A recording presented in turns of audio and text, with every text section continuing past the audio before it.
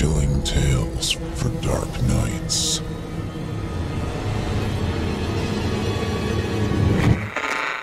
Want to make sure you never miss a Chilling Tales for Dark Nights video again?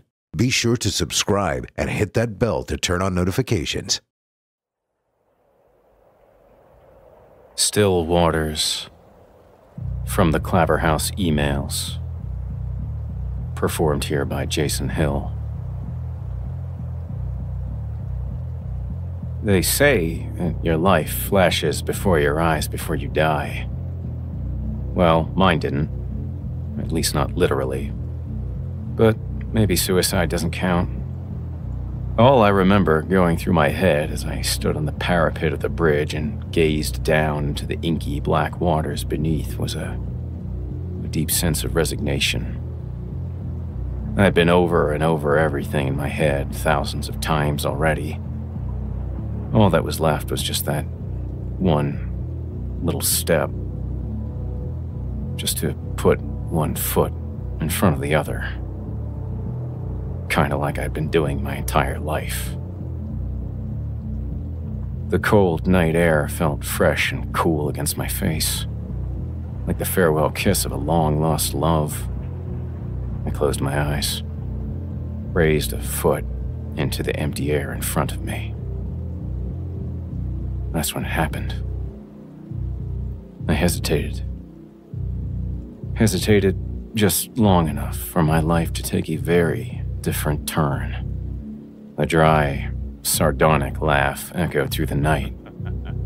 A kind of world-weary chuckle that suffocated the seriousness of my intent in an instant. I opened my eyes and turned around. A figure was idling towards me out of the darkness. Nice night for a walk, eh? His tone was breezy and light. I did my best to ignore him, but he walked up and sat himself down on the wall beside me, facing into the bridge. He took out a small pouch and began rolling himself a cigarette. Halfway through the process, he looked at me sideways, his eyes glinting in the orange streetlights. "So, how's things?" I stared down at him. "Just peachy, thanks." He laughed again. "Yeah, looks like it." His nimble fingers produced a toothpick-thin cigarette, which he licked and lit with the dexterity of a stage magician. He took a long, deep drag, then exhaled a thick plume of smoke out into the night. The silence stretched out between us like thick toffee. Eventually, I couldn't stand it any longer.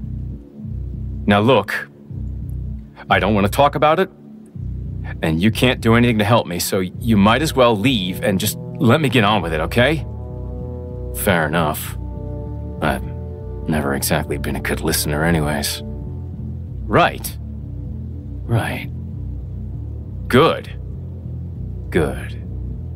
He took another drag, letting the smoke hang for a moment in the empty air.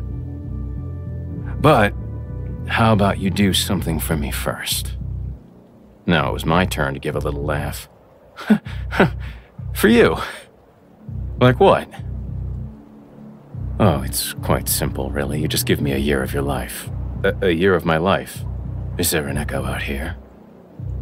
"You're crazy," says the guy about to take the shortest swim of his life. "What have you got to lose? You've been the master of your life so far, and where has that led you? To this one-off, high-dive performance for an audience of one?" He grinned, his eyes twinkling from beneath his shaggy, unkempt hair. "You don't want it anymore, so give it to me, for just 1 year. This isn't some kind of sex slave thing or something, is it?" A deep chuckle reverberated across the bridge. "Oh, no, nothing like that. You place your life in my keeping for 12 months. After that, we part company. You can do whatever you please. Your life is your own again. And if you want to come back here, well, that's entirely up to you." He threw his cigarette over his shoulder. I watched it spiral down to the rushing water below. "Just 1 year. No time at all, really, considering you'd be a long time dead. But I still think you're insane. Why should I trust you? He grinned. You, my friend, are an excellent judge of character. He reached into his pocket and pulled something out, holding it out to me in his closed fist. Call this your insurance policy. I sat down beside him on the wall of the bridge, legs dangling over the river beneath, and put my outstretched palm under his fist. He opened his hand, and something small but reassuringly heavy dropped into mine. It was a tiny, double-barreled revolver, inlaid in silver with a pearl handle. It looked old, well-worn. It's a Derringer. I'm told it's an antique. I turned it over in my hand. Careful now. It's loaded. Try it. I pointed it down into the water and pulled the trigger. There was a sharp crack, and the tiny weapon jumped in my hand as the bullet splashed into the river. One shot left. That's your get-out-of-jail-free card. It'll save you the drive back here if you ever went out of the deal at any time. And if you're worried about me doing you a mischief, well, that's your security right there. You're holding all the aces, friend. So now, what's it gonna be? I felt the weight of the tiny pistol in my hand as I considered this strange suggestion. A brand new life, for a year, free from everything that had driven me here in the first place. It could be like being born again. I had already walked out of my old life. Why not start anew? And it was true. I fucked up royally on my own terms. Why not live my life on someone else's for a while? I turned to the wild-eyed stranger and raised the barrels of the miniature gun squarely to his forehead. He was right. I did have nothing to lose. A wide grin broke across his face, and a twinkle of something light, anticipation, danced in his eyes. I think we have a deal, I said, pocketing the revolver and striding away from the bridge. There's an old Chinese curse I've always liked. It just says, "May you live in interesting times." Well, my life certainly got more interesting from that night on. My mysterious benefactor, if you could call him that, was unlike anyone I'd ever met.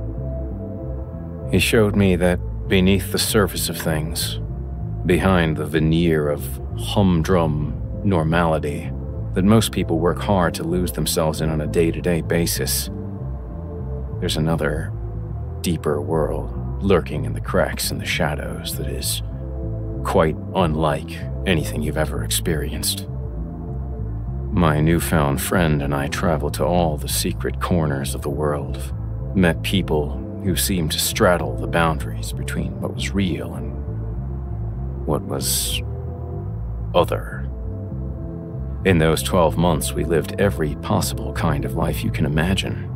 We dallied with the drunks and down-and-outs in the nether realms of New York, rubbed shoulders with the rich and famous on the streets of Monte Carlo, and even lived for a time in a weather-beaten croft in the remote and desolate highlands of Scotland. My companion seemed to know everyone and could open doors into areas that I never even imagined could have existed. He seemed to exist on the margins of reality himself. He was definitely insane, that much was certain, but his insanity was infectious, and he introduced me to countless other strange and unique individuals around the world. It would be too easy to dismiss it all as a kind of madness. The shared covenant of the insane, which my companion inculcated in me while I was in an emotional and vulnerable state. That's the kind of explanation the old me would have put on things. So I could tidy those experiences away in a neat little box and not have to think about them too much. But one of the things I learned, perhaps the most enduring lesson that I'll take with me to my grave, is the fact that perception is reality.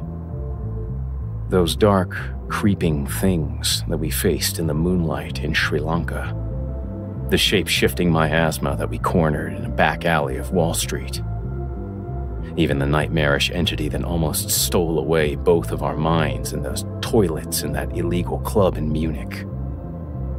Though they might not seem possible in your world, their existence is as real to me now as the ground beneath my feet. I still bear the scars, physical and mental. Whenever I asked my companion about himself or his life before we met, all he would give me was a tight-lipped little grin. Me? I'm just another pilgrim, he'd say. A fellow traveler. Just like you. Eventually, I stopped asking.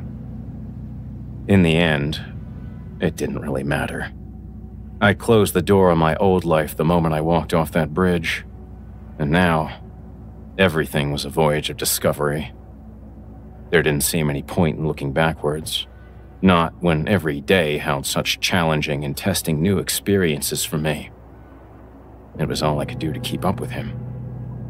I felt like a tightrope walker, afraid to stop and look down for fear of falling. I lost track of time as the year wore on. I knew we were balanced precariously on the very edge of reality, between madness and sanity. And I knew that we were playing a very dangerous game. Even as I was exploring these new realms that my companion had opened for me, I think I always knew that things were destined not to end well. You can't play fast and loose with the rules of reality like we did, and not expect it to come back one day and kick you in the face. Eventually, it was the turn of the seasons that reminded me of our deal. The sting of winter was gathering in the air again. The Derringer seemed to weigh more heavily in my pocket than ever. In all that time we'd spent together, it had never left my side.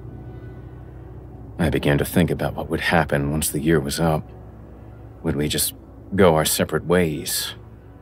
Would I be left to fend for myself again? Knowing what I knew. Having seen what I'd seen. There was no returning to my old life. That was for sure. Those days already felt like a half-remembered dream. I was suddenly very aware of time passing. My companion seemed to grow more and more distant as the days rolled on. Did he have a plan for when the year was over? Was he hatching another mad scheme with me at the center of it? Or maybe it was just me. Maybe, as the deadline drew closer, I was getting paranoid, and my newly attuned senses were picking up on things that simply weren't there.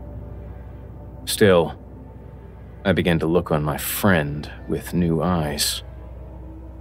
He'd always been secretive by nature, and now I began to read a dark intent into his every move. I'd seen him be callous, even brutal in the way he dealt with people, and I knew how easily he could turn on a whim and throw my world upside down. He was a man of his word, but once our deal was done, there was no telling what he might have in store for me. We returned to my hometown without a word said between us about the looming deadline. The old streets that had once been my home seemed peopled by sinister shadows and malicious whispers that died away before I could catch them. The place was utterly alien to me now, like a cheap stage set full of bad bit-part actors. It gave me a sick feeling in the pit of my stomach to be back there again. My companion appeared to grow more distant with each passing day. He seemed flat and uncommunicative, and my growing fear and suspicion filled his silences with unspoken yet sinister motives. It got so that I could hardly bear to be around him. His very presence began to feel threatening to me, and his unpredictable and eccentric nature, which I had once found so intriguing, and only instilled in me a growing sense of dread. I became convinced that I had to do something, and do it soon, before the year was up. A kind of heavy malignancy seemed to hang in the air, tainting everything it touched. The tension was almost unbearable. We were driving back to the bridge in his van when things finally came to a head. He wouldn't say that that's where we were going, but the streets themselves seemed to lead us there with an eerie inevitability. It was a year to the day since we'd struck our little deal, and as the time ticked on, I grew more uncomfortable by the second. Pull over. My voice sounded thin and wavering against the low growl of the van's ancient engine. He looked over at me with something like resignation in his cold blue eyes. The van slid to a halt in a small alcove in the outskirts of town. And so we come full circle, he muttered under his breath. I took the derringer from my pocket and again pointed it squarely at his forehead. It looked ridiculous in my oversized hand, like a child's toy. But something in my manner must have conveyed the seriousness of my intent. He shut off the engine. "Get out of the van," I said, still without a clue as to what I was going to do next. Without a word, he opened the door and slid out of his seat. I followed, the cold night air washing over me like icy water. We faced each other by the side of the road, the lights of the city twinkling in the background. So, now what? As ever, he seemed entirely unfazed by this new development. "I was about to ask you the same question." "Well, that was always your problem. Too many questions. By now you should know that you find the answers in the doing of things and not in the asking." "What does that even mean?" I was getting flustered. He remained cool as a cucumber. "Look, I want to know what you've got planned for me. Where we go from here." "How should I know? You get your life back. What you do with it is entirely up to you." Somehow I doubted that. But how could you do that? Just walk away? After everything we've seen, everything that you've showed me. He shrugged. "What were you expecting? Some pot of gold at the end of the rainbow? No. No, there's no end point. No goal. Things just continue on, and what goes around comes around, and around, and around, and around." "Yeah, thanks for that, Yoda. That cleared things up on no end." He gave a tired little half-smile. "I think deep down we both already know how this is going to pan out. Let me force your hand." He reached into his pocket, and in an instant my heart was in my mouth. "Don't move." "You'll be needing these." He threw something towards me. I caught a glint of metal in the fading twilight. Did I mean to pull the trigger? I honestly don't know. It all happened in an instant. The crack of the pistol sounded obscenely loud coming from that dainty little toy gun. But the bullet somehow found its mark, despite my trembling hand. And the man who had been my constant companion for the last 12 months instantly crumpled to the ground. I looked down to see what he had thrown at me. 2 bullets, with a derringer lying in the dirt by my feet.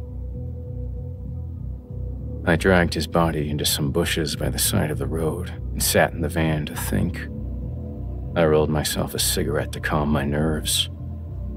As the van filled with smoke, I loaded up the gun with the 2 bullets I'd been given. I sat there for a very long time, loaded gun cradled in my hand. Eventually, I came to a decision. I put the gun back in my pocket, started up the van, and drove out to the bridge, the place where it had all began. Maybe my companion had been right. Things should turn full circle. The events of the last year cycled round and round in my skull. There was no way I could go back to living a normal, humdrum life. Not after everything I had seen. There was simply no place for me in that world anymore. Everything had lost its luster. When your only choice is no choice, you just do what has to be done. I pulled up at the bridge and got out of the van, walking towards the parapet. I felt empty, numb, like a machine just going through the motions. Then I stopped dead in my tracks. There was a figure already standing there, framed in the cheap neon glow of the streetlight, gazing down into the still waters below. Another pilgrim, a fellow traveler. I let out a dry, sardonic laugh and walked towards the bridge, my fingers lightly caressing the derringer in my pocket. After all, when you really think about it, a year's really not a long time at all, is it?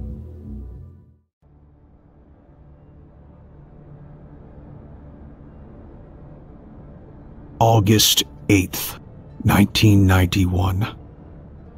The cultists calling themselves Baal Deva's Truth had become so efficient at home invasions that neither of Samantha's parents were able to call the police before they died. The firefighters with Engine 21 were the first emergency responders on the scene, and I was one of them that night. We arrived only after the neighbors called in reports that smoke was pouring out of the house's front windows, and by then it was mostly too late to stop the cultists' plan. Most of Baal Deva's Truth had already committed suicide to spare themselves from burning alive. We only learned that they had been there when we found their bodies piled in the home's main foyer. We called for police as soon as we saw the corpses, but the billowing smoke urged us to continue inside without waiting for backup to arrive.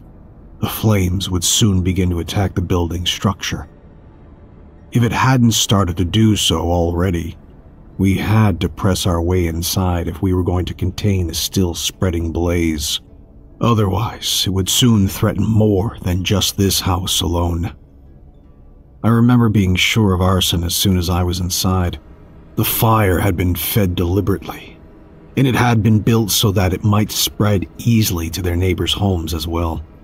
We moved past the bodies in the foyer, in a frenzy to save the building. I remember feeling vulnerable without the police there. I was acutely aware that we firefighters might be attacked by anyone who was still alive in the house. We heard from the emergency report that a family of 3 was expected to be inside, 2 parents and an infant. The dispatcher's voice on our radios had specified.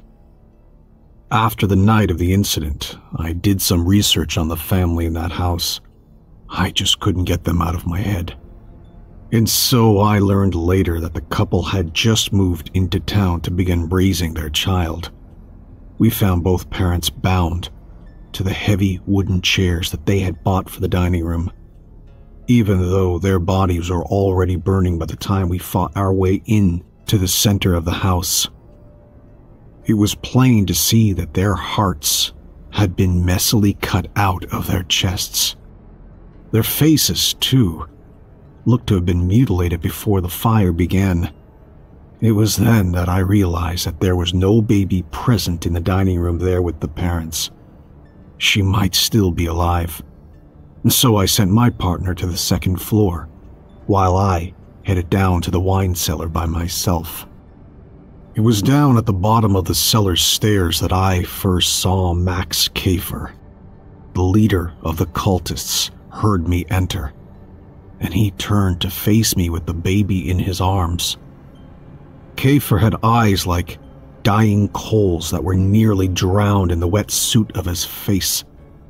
My fire axe was gripped in my hands, and I would have buried it in his chest had he not held the baby up in front of him. "We're summoning a demon tonight," he told me flatly. "It's mostly done already." He held the baby up as though he was going to throw it against the ground.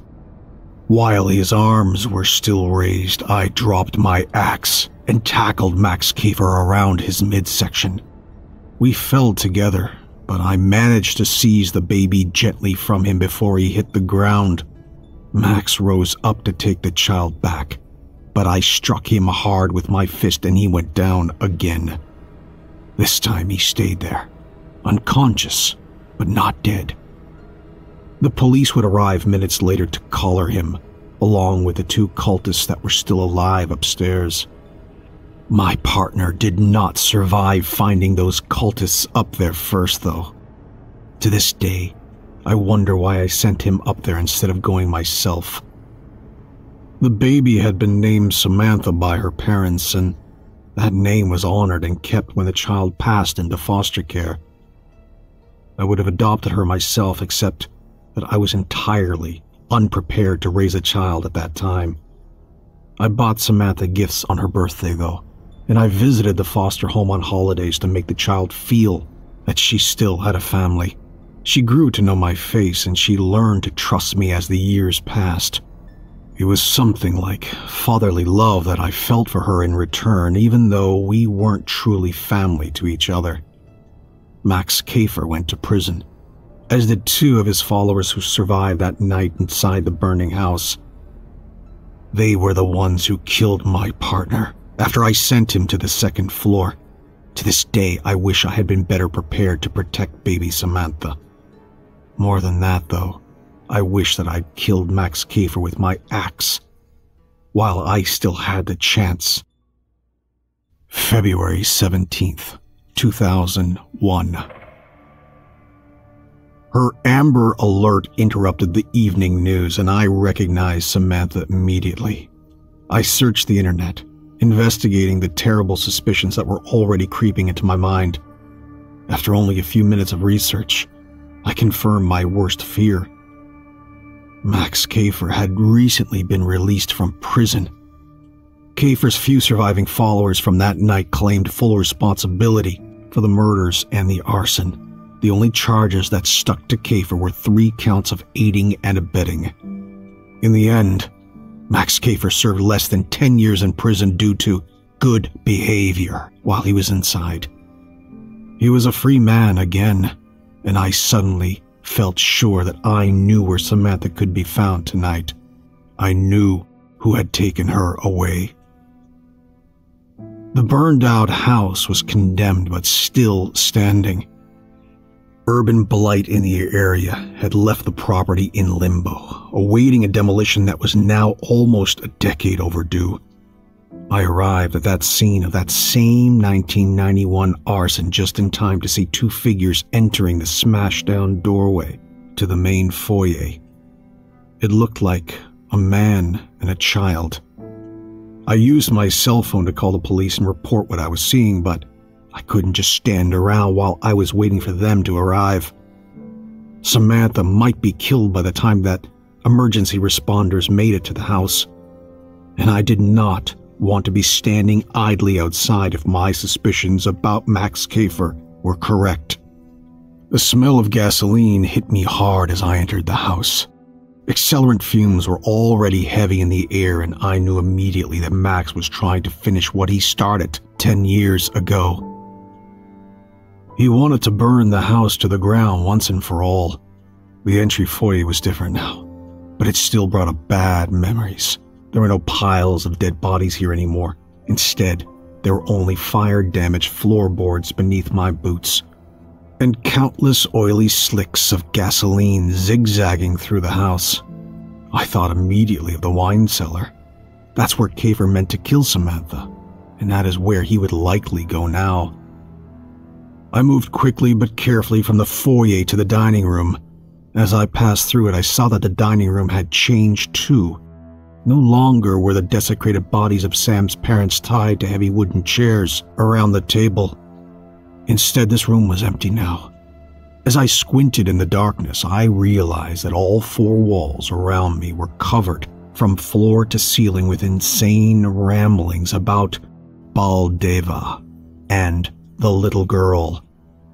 It was then that I realized that Max Kafer had likely been preparing this place for tonight's ritual ever since he got out of prison. I remember that cellar door was just beyond where I stood now. As I hurried forward, I did my best to muffle the sound of my footsteps. I did not want to alert Kafer to my approach. I was also forced to hesitate as I reached the cellar door. It wasn't clear whether the damaged woodwork reinforcing those stairs could still support my weight. If the stairway collapsed underneath me, I would certainly be too badly injured from the fall to stop Kafer. Testing the top stair with one foot, I felt it shift gently beneath my boot. The woodwork below me let out a soft creak in response to my weight. I cautiously brought my other foot to bear on that same top step. There were no sounds of anything cracking or splintering below. Taking a deep breath, I began my descent into the cellar. Moving down the stairs, I found Kafer, standing at the bottom with his back turned to me.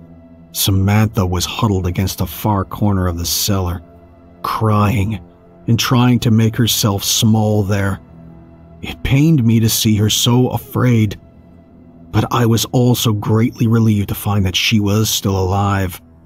Sam was hiding her face against her knees and pressing her eyes closed as she shielded them with the folded crook of her arm. Because she was crying this way, she did not see me coming into the cellar. Kafer also did not notice that I had descended the stairs behind him. He was rambling as though trying to drown out a voice that only he could hear. It was clear that Max Kafer had lost the last vestiges of his sanity during the time in prison. The man's deranged mind had plainly continued deteriorating over the 10 years since I last saw him. Mixed in with the rambling, Max was telling Samantha that she needed to cooperate with him. He was telling her with anger in his voice that she did not need to be afraid. "I'm sorry for what happened to your parents, little girl. We were trying to summon Baldeva, and we did summon him. I regret it now," he began, chuckling dryly. I regret it. I regret it so much." He turned his head and seemed to shout to an unseen third party there in this cellar. "Shut up! Shut up! Shut up!" It was clear, and Max still had not noticed me behind him. Was he talking to a demon? I searched for a weapon and I found that there was nothing within my reach. If it came to a sudden moment of decisive violence, could I really strangle this man with my bare hands? Another strong whiff of gasoline stung my nostrils and reminded me that the house was already fully staged to transform into an inferno. If Kafer began reaching into his pocket for some matches or a lighter, then I would only have seconds to neutralize him. Max took a deep breath, as though to calm himself, and then continued talking to Samantha. "Little girl, we really did summon Baldeva. He went into me, and for 10 years he's been living inside my brain. I can't endure it anymore. Do you understand? That's why we're here, to reverse the spell tonight. Shut up! Shut up!" He turned his head again to shout at the invisible third party that he apparently sensed nearby. In his frustration, Kafer reached into his unkempt hair and brusquely tore a fistful of it out. "If we finish what we started," Max said, "then Baldeva can go somewhere else. He can go anywhere else." I could hear in his voice that Kafer was beginning to cry. The madman's defenses were lowered, and yet fear of the unknown stayed my hand. I had no way to be sure whether Max was armed with some sort of concealed weapon. If I were to attack at the wrong moment, I might doom both Samantha and myself by letting Kafer get the upper hand. Max Kafer began moving subtly towards Samantha. She was still huddled in that corner, trying to hide herself from the reality that was now marching towards her. It was then that I lost all concern for myself. If Max had a knife, then he could try to stick it into me now.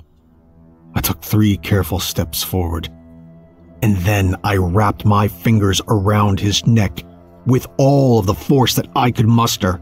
Wrenching Kafer by the back of his neck, I threw him to the ground with all of my strength. Max had not sensed me there behind him, and so he was completely unprepared to defend himself. Kafer barely caught himself from falling flat onto his face as he went down, and in his confusion he remained prostrate against the ground for several seconds before he began moving to collect himself back up.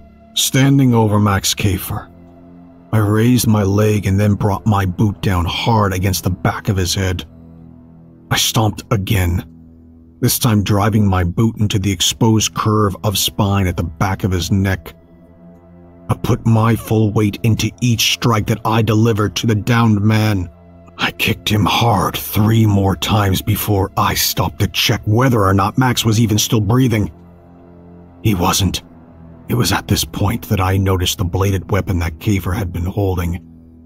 It was a serrated knife with a keenly honed edge, and it must have been palmed tightly in Max's right hand when he first started walking towards Sam. Samantha finally uncovered her face, sensing perhaps that something important had just happened. Sam looked up to see me standing there in front of her, and she recognized my face immediately. Despite her gladness to be saved, I could tell that her terror had not subsided. Samantha had previously only known me as a source of gifts and kindness. Now instead she saw me looming over the broken body of a man that I had just killed. I saw her eyes change to reflect something frightening and cold. It was a look unlike any expression that I'd ever seen on Samantha's face before. We waited outside for the police together, and when they arrived, I did my best to explain everything that had happened. For the most part, it felt like a relatively happy ending to an otherwise completely terrifying evening. Samantha had undeniably been changed by something, though. The way that her eyes turned cold and harsh that night never went away either. Any time that I visited Sam after the events of that night, her eyes invariably held that same expression of strange detachment. Her personality became pitiless in ways that it had never been before. Was Samantha badly traumatized by what she'd been through that night? Or was it something else? I am not a superstitious man, but I think something strange must have happened when Max Kafer died. I remember checking his pulse while we were still down there in the wine cellar. I made sure that there was no shadow of a heartbeat for me to find on any of his pulse points. When the EMTs arrived, they naturally did their best to resuscitate Max anyway. Maybe they were successful in forcing his heart to beat a few more times before they moved him to the ambulance. That's the only rational explanation I could have for what I saw at the end of the night. Kafer's eyes opened as they were carting him off, and his head turned almost imperceptibly on his badly broken neck to stare directly at me. They had put Max's body on a stretcher and then brought him out through the front door while I was still talking to the police. The dead man's eyes tracked me that whole time, adjusting their angle as the paramedics passed me on their way to the ambulance. Was there really a demon inside Max Kafer? He said that the ritual was meant to cast the demon out of his brain and to send it anywhere else. If Baldeva is real, then where did it go? Could it have gone into Samantha? It feels crazy to even think about this, but her eyes are just so fiercely cold now. Even if there's a demon inside that child, I love her like one of my own. I will protect her forever. God damn you, Max Kafer. Burn in hell. August 8th, 2011. Samantha left foster care as soon as she turned 18. She'd never managed to find a permanent family to adopt her. In a few cases, she was almost taken in by a family. But her behavior always caused the prospective parents to reconsider before the papers were signed. Apparently, this was usually because Samantha spoke earnestly during adoption interviews about the demon living inside of her. I haven't run into her since she aged out of the foster care program. Sam must have changed her name and moved away, because I never see her around town or hear from her at all. I'm retired now. I don't fight fires anymore, and I never ended up with a family of my own. They say that time makes fools of all of us, and I guess I've become a prime example of that old adage being true. I'm just a lonely old man now, and like most lonely old men, I often think of the people I helped a long time ago. I tear myself apart sometimes, wondering about why nobody else seems to remember me like I remember them. Seems like all the times I visited Samantha in foster care, she would have at least thought to check in on me now. Or she could have easily written me a letter, but she never has. I've only seen Sam once since she turned 18 and honestly wish that I hadn't. I was enjoying a long walk one evening when I saw her. It had been 20 years to the day since that terrible evening when her parents were killed, but she was saved. I remember smelling coarse smoke in the air before I noticed her there. Something nearby was burning. It was then that I recognized her. Samantha was hurrying down the sidewalk in the opposite direction as I had been walking. She was pacing quickly towards me with a broad, bright smile across her face. Her eyes were still empty and cold, despite the grin on her face. She seemed alertly cruel and strangely detached from reality. In that same distinctive way which I remembered from her last years in foster care. In my gladness to see her, I momentarily forgot that smell of smoke wafting over the wind was beginning to choke me. I held out my arms for a hug and yelled, "Sam!" She continued hustling forward with empty eyes and a detached smile, as though she had not heard me. As she got closer, she avoided me standing there on the sidewalk and brushed past me like she didn't know me at all. "Samantha!" I called after her, standing there with my empty arms still extended. I was truly heartbroken to think that she somehow did not know my face after everything we've been through. Without a word, Sam continued around the corner and was gone. I continued walking in the same direction I'd been going before. I felt dazed by my sudden encounter with Samantha, and I didn't know what to make of it. I realized suddenly that that acrid smell of smoke was growing more powerful as I moved in the direction from whence Samantha had appeared. As I moved forward, I could see the flames. A house was burning. There was a commotion of lights from parked emergency vehicles outside. I drew closer. The police had secured the perimeter, and they would not let me approach any nearer than where I had approached to stand. "Go home, pal," said the officer blocking my path. He held a flat palm to my chest. We're doing our best here already, and I doubt you're prepared to lend a hand. I used to be a firefighter, I answered honestly. But you're right. I'm too old to help anyone now. I pressed the officer for more information. Please, I said. Just tell me that everyone inside the house made it out okay.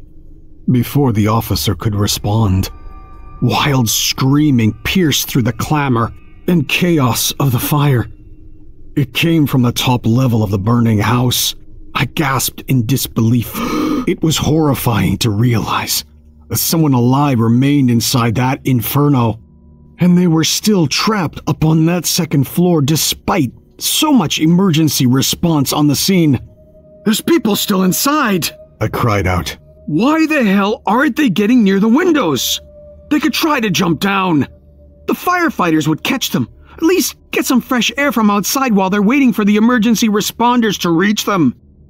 We think someone must have tied up the family inside before they set fire. The officer answered me matter-of-factly. His eyes cracked open slightly wider as he realized that he had probably said too much. Now get lost, he ordered. We're doing our best to get them out. Another fit of strangled wailing rang out from the house's second floor, and then faded into the crackling sounds of the fire. It was arson then, I said to myself. More demonic rituals. Taking one last helpless glimpse back towards the inferno, I turned around and went home. Back inside my own house, I locked the door behind me and then moved immediately to sit on my couch. I needed a moment to process everything that I had just seen. I didn't turn on any of the lights in my living room, and I left the television in front of me blank and inactive as well. I held the TV's remote in my hand, but I hesitated to turn the television on. There was a cocoon of darkness and silence wrapped around me in this instant, and I could feel it shielding me from the horrifying realities that were just outside this impermanent bubble of isolation. My dread urged me to turn on the TV and start watching the news, but I didn't. I knew that I would regret learning anything more about this latest horrible case of arson in my neighborhood. A terrible realization arrived suddenly, and it sent a new shudder of repulsion through my body. I realized that watching the news might also help me to understand the details of why Samantha was here in town tonight. She'd been missing until she appeared suddenly tonight, the anniversary of her parents' deaths. More than that, she had returned only to be seen hurrying away from the scene of a deadly arson. Samantha knew me for most of her whole life. She always recognized me right away, but tonight, she didn't seem to know who I was at all. It just didn't make any sense to me, unless a grim thought came suddenly into my mind. I remembered the way that Sam's eyes had changed on the night that I killed Max Kafer. Was it Baldeva that crossed my path tonight? Could it really have been a demon that was looking through Samantha's eyes as she marched past me with that smile on her face? I called Sam's name twice as she walked away. There had been no response at all. The woman that I had watched grow up for so many years truly didn't seem to know her own name anymore. Or if she did know it, then it no longer meant anything important to her. Max Kafer had been tortured to insanity by the demon, but in all the years since I first saw the change in Sam's eyes, she didn't seem to feel tortured by anything. During those last visits I made to the foster home before she turned 18 and skipped town, Samantha only seemed more and more ruthless. She had turned into something effortlessly sinister. I think that Samantha truly doesn't mind Baldeva's presence inside of her. Maybe she's simply more receptive to demonic things than Max Kafer ever managed to be. The more I think about it, the more I realized that Sam must like having Baldeva in her life. If she didn't like the demon so much, then she surely would have turned to me at least once and asked me for help in making it go away. She never ever mentioned it to me. Whenever I would visit, I saw in Samantha only a dark confidence that was steadily and silently growing. She allowed herself to sink into a deep ruthlessness of spirit, and she would not acknowledge to me that the transformation was happening. I turn the TV's remote over in my hand as I think about the possibilities. Sam had been smiling so brightly as she walked past me. She was happy as she fled the scene of that burning house with those victims still bound inside. I take a deep breath. I finally made my decision. I stand up from my chair to toss the remote down where I had been sitting.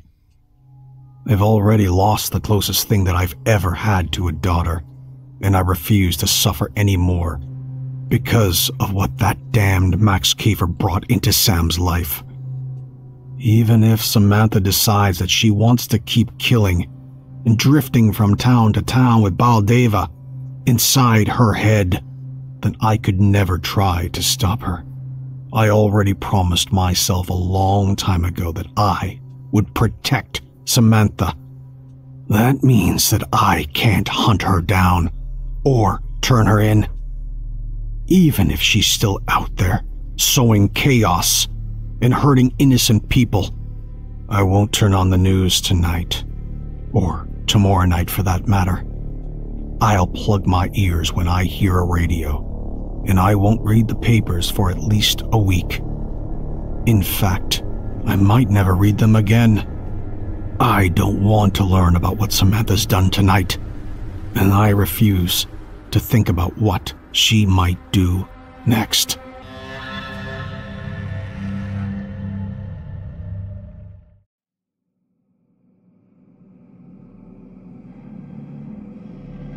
Lighthouse. Written by Soren Narnia. Performed here by Jason Hill. My name is Alaric Tell. On November 5th of last year, I attended a dinner party with some fellow historians from Hofstra University and returned to my home just before 11 p.m. My small farmhouse, deep in the countryside, was covered in winter wrens, hundreds of them, watching me silently. That was how I knew that my enemy was issuing a call to combat. A call I was obliged by tradition to obey. At the age of 57, I was fortunate to have lived long enough to be ready. I looked fondly at the house I'd dwelled and studied in for a decade, and drove away from it without going inside. The wrens, upon seeing me leave, flew up into the night sky en masse, having played their part, unknowingly delivering a message that they could not comprehend. I drove 84 miles to a small private estate in Nyack. I parked my car in front of a tasteful but long-abandoned house set on 7 acres of woodland. I took an electric lantern from the trunk of the car and walked around to the back of the property, and then down the grassy slope to a tiny strip of beach, bracing myself against the cold wind. 2 rowboats were tied to a very short pier, tapping against each other as they bobbed up and down. I carefully climbed into one of them and unhooked the rope that held it in place. It was approximately a 45-minute journey to my family's island across Little Peconic Bay. I had to stop rowing several times to warm my hands and my ears however I could. The silhouette of the aged lighthouse where I would do battle became visible against the stars halfway there. It was taller than I remembered. I had not seen it since I was a child of 12, and my father had told me of its significance late on the day after Christmas. as we stood on our little beach, looking off toward the island I was now visiting for the first time in my life.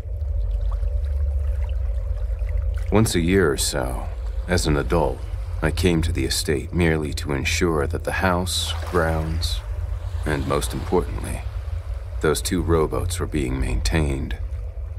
Sometimes I would look toward the island in an attempt to see the place where my life would likely end, but not often. The lighthouse stood a few hundred yards off the beach, where I dragged the rowboat onto the sand. A rough, poorly demarcated path led over some scrubland that became more and more dense as I walked it.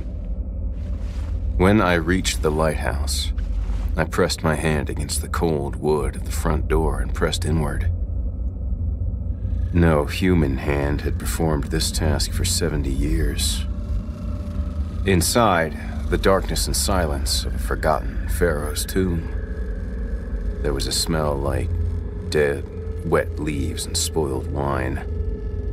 The lighthouse had not been operational since 1927. I turned on my lantern and climbed the winding stone stairs to the top of the lighthouse.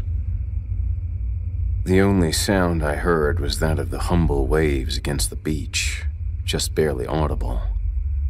The stairs ended in a small circular room that looked out over the bay through a pair of windows clouded and caked with the remnants of age, though they had never been broken. No one came to this island. Not ever. Those who did approach, adventurous tourists or tipsy boaters curious about these ugly little 12 acres, were invariably haunted by a strange and terrible feeling that an inexplicable danger was here. Many years ago, the Secretary of State of this country landed here while on a solitary sailing excursion that ran into some minor distress. He wrote to a friend later that he had been overwhelmed by a feeling of dread the moment that he set foot on the beach, and upon returning to the comfort of his cabin, found himself inexplicably frightened of rising from his bed for an entire day. Looking through the west window, I saw the tiny shape of that second rowboat drifting across the bay toward the island, navigated by my enemy. He would be arriving soon. I should have been too cold to stand there, waiting for him. Too cold, the ancient stone conducting the chill into my body. But now that I was on the island, I was able to use the white magic to warm myself. I could have stayed there all night, sleeping uncovered on the floor if I had wished it. But, of course, there would be no sleep for either of us. He knocked on the door 20 minutes later. I opened it to see a young man standing there in the darkness. A man of no more than 35 years. I held up the lantern. His hair was cut mercilessly short, and he was clean-shaven. He was quite thin and wore a denim jacket and very dark blue jeans. He announced his name, which was Frosch, and asked for entrance, which of course I granted. His accent suggested he had been raised somewhere in northern Poland, or so I had guessed.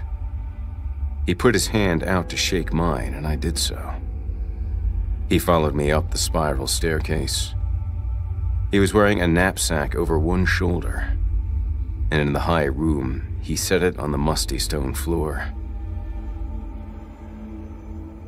From it, he produced a bottle of Domaine de la Romanée and said he trusted I had a fine palate. There was also caviar, the finest, he assured me, and crackers and a wedge of cheese, if that was more to my taste. 2 plates and 2 glasses that my enemy informed me had been crafted in Madagascar for a prince. We sat on the floor across from one another, resting our backs against the walls behind us, and ate and drank. And we talked about history, about the vineyard I'd owned and struggled with, about the Napoleonic Wars, about the meals that we had eaten in faraway places. It was quite cordial, as was the custom. The extraordinary wine had no effect on either of us. After our meal, there was still time before the arrival of the final message. And for Frosch, that meant time for games. He clapped his hands once, and we stood. "You first," he invited me, and I nodded and told him to approach the west window. I had nothing prepared and so improvised my trick. "Look at the shoreline," I told him. He knelt briefly to move the lantern to a different spot on the floor so that its feeble glare would not strike the window pane. He looked almost shockingly gaunt in that light, and I realized I was looking at a very sick man. Perhaps this challenge had been made in haste because of it. He looked downward through the window, seeing a distant horizon tinged in red over Long Island, and the sleepy bay that was laid out before us. I began by starting a fire in the sand down there. It rose from nothing, the shivering flames no more than a campfire, 3 feet high, the only speck of light out there on the island. From the delicate waves that lapped the shore, there then rose 7 separate and unique sheets of water, 10 feet apart. First, nothing more than spiral wisps, but cohering into more unusual shapes that were definable even in the darkness. My enemy smiled as he watched them. I let them hover on the waves for a moment, and then brought them slowly together to mold my creation. My eyes closed, and I was leaning up against the far wall. The sheets of water that had become arms, legs, a torso, and a head merged, and the man was made. He took his first and last steps on top of the water and walked onto the beach toward the campfire I'd started. He glimmered in the moonlight, 6 feet tall, stronger and bulkier in frame than I had been, even in my robust youth. I made him kneel down before the fire. His face, that of a famous figure from military history, was immediately recognizable to my enemy, who laughed, though his eyes, cruel as any god had ever created, did not laugh. They were incapable of doing so. My waterman raised his arms, and slowly, he leaned forward and tipped over onto the fire. When the water struck it, it was quashed. Nothing remained of him, but a puddle on the beach, fanning outward in many directions, quickly becoming ice. My enemy scratched his chin and complimented me on my trick, and then offered to show me something more vivid. I felt the first spidery caress of fear in my heart. "Come to the window," he said, and I approached. Standing beside him, I felt physically the evil he had brought with him to the lighthouse, to the island, to the earth. Outside, far away, almost a mile perhaps, a lonely sailboat moved across the bay at walking speed towards some distant harbor. Its mast had been lowered. I saw tiny orange lights on its rails. My night vision sharpened more and more, and I saw that the water around the boat was beginning to become choppy. It would do no good to plead for my enemy to stop, so I only watched. He had lightened the sky just enough to make clearer the sight I was about to see. I heard no sound when something broke the surface of the water beside the sailboat, erupting upwards. It was a tentacle. A lashing, slithering thing as thick as a stout oak, and it stretched many yards above the sailboat, suggesting it was attached to something below the water, 10 times its size. The tentacle wrapped itself around the center of the boat and squeezed. The frame buckled, window shattered. I saw but did not hear wood splinter and snap. Then the tentacle pulled the boat downward into the bay. It tilted crazily on its side, the tentacle still squeezing, crushing, shattering, and I hope that its inhabitants were dead before they saw what had brought them to this moment. The boat vanished beneath the waves in seconds, creating a suction pool behind it, the water bubbling and frothing, and very soon it was gone for good. The bay swallowed it whole, and the water became docile again. My enemy turned to me with an awful smile. Up close, I saw that he possessed one artificial eye, an expensive but still obvious replacement. We agreed to have one more glass of wine. He suggested a toast to life itself. Our glasses clinked. As the Domaine de la Romane soothed my throat, we heard the wolf outside the door, down below. Unseen, it began to howl, low and steady, the sound winding up the staircase. My enemy froze for just a moment with his glass to his lips, then continued to drink. It was then that his face changed before me, revealing itself for what it truly was. A bottomless, obsidian cavity with pinpricks of blood where a human's eyes should have been.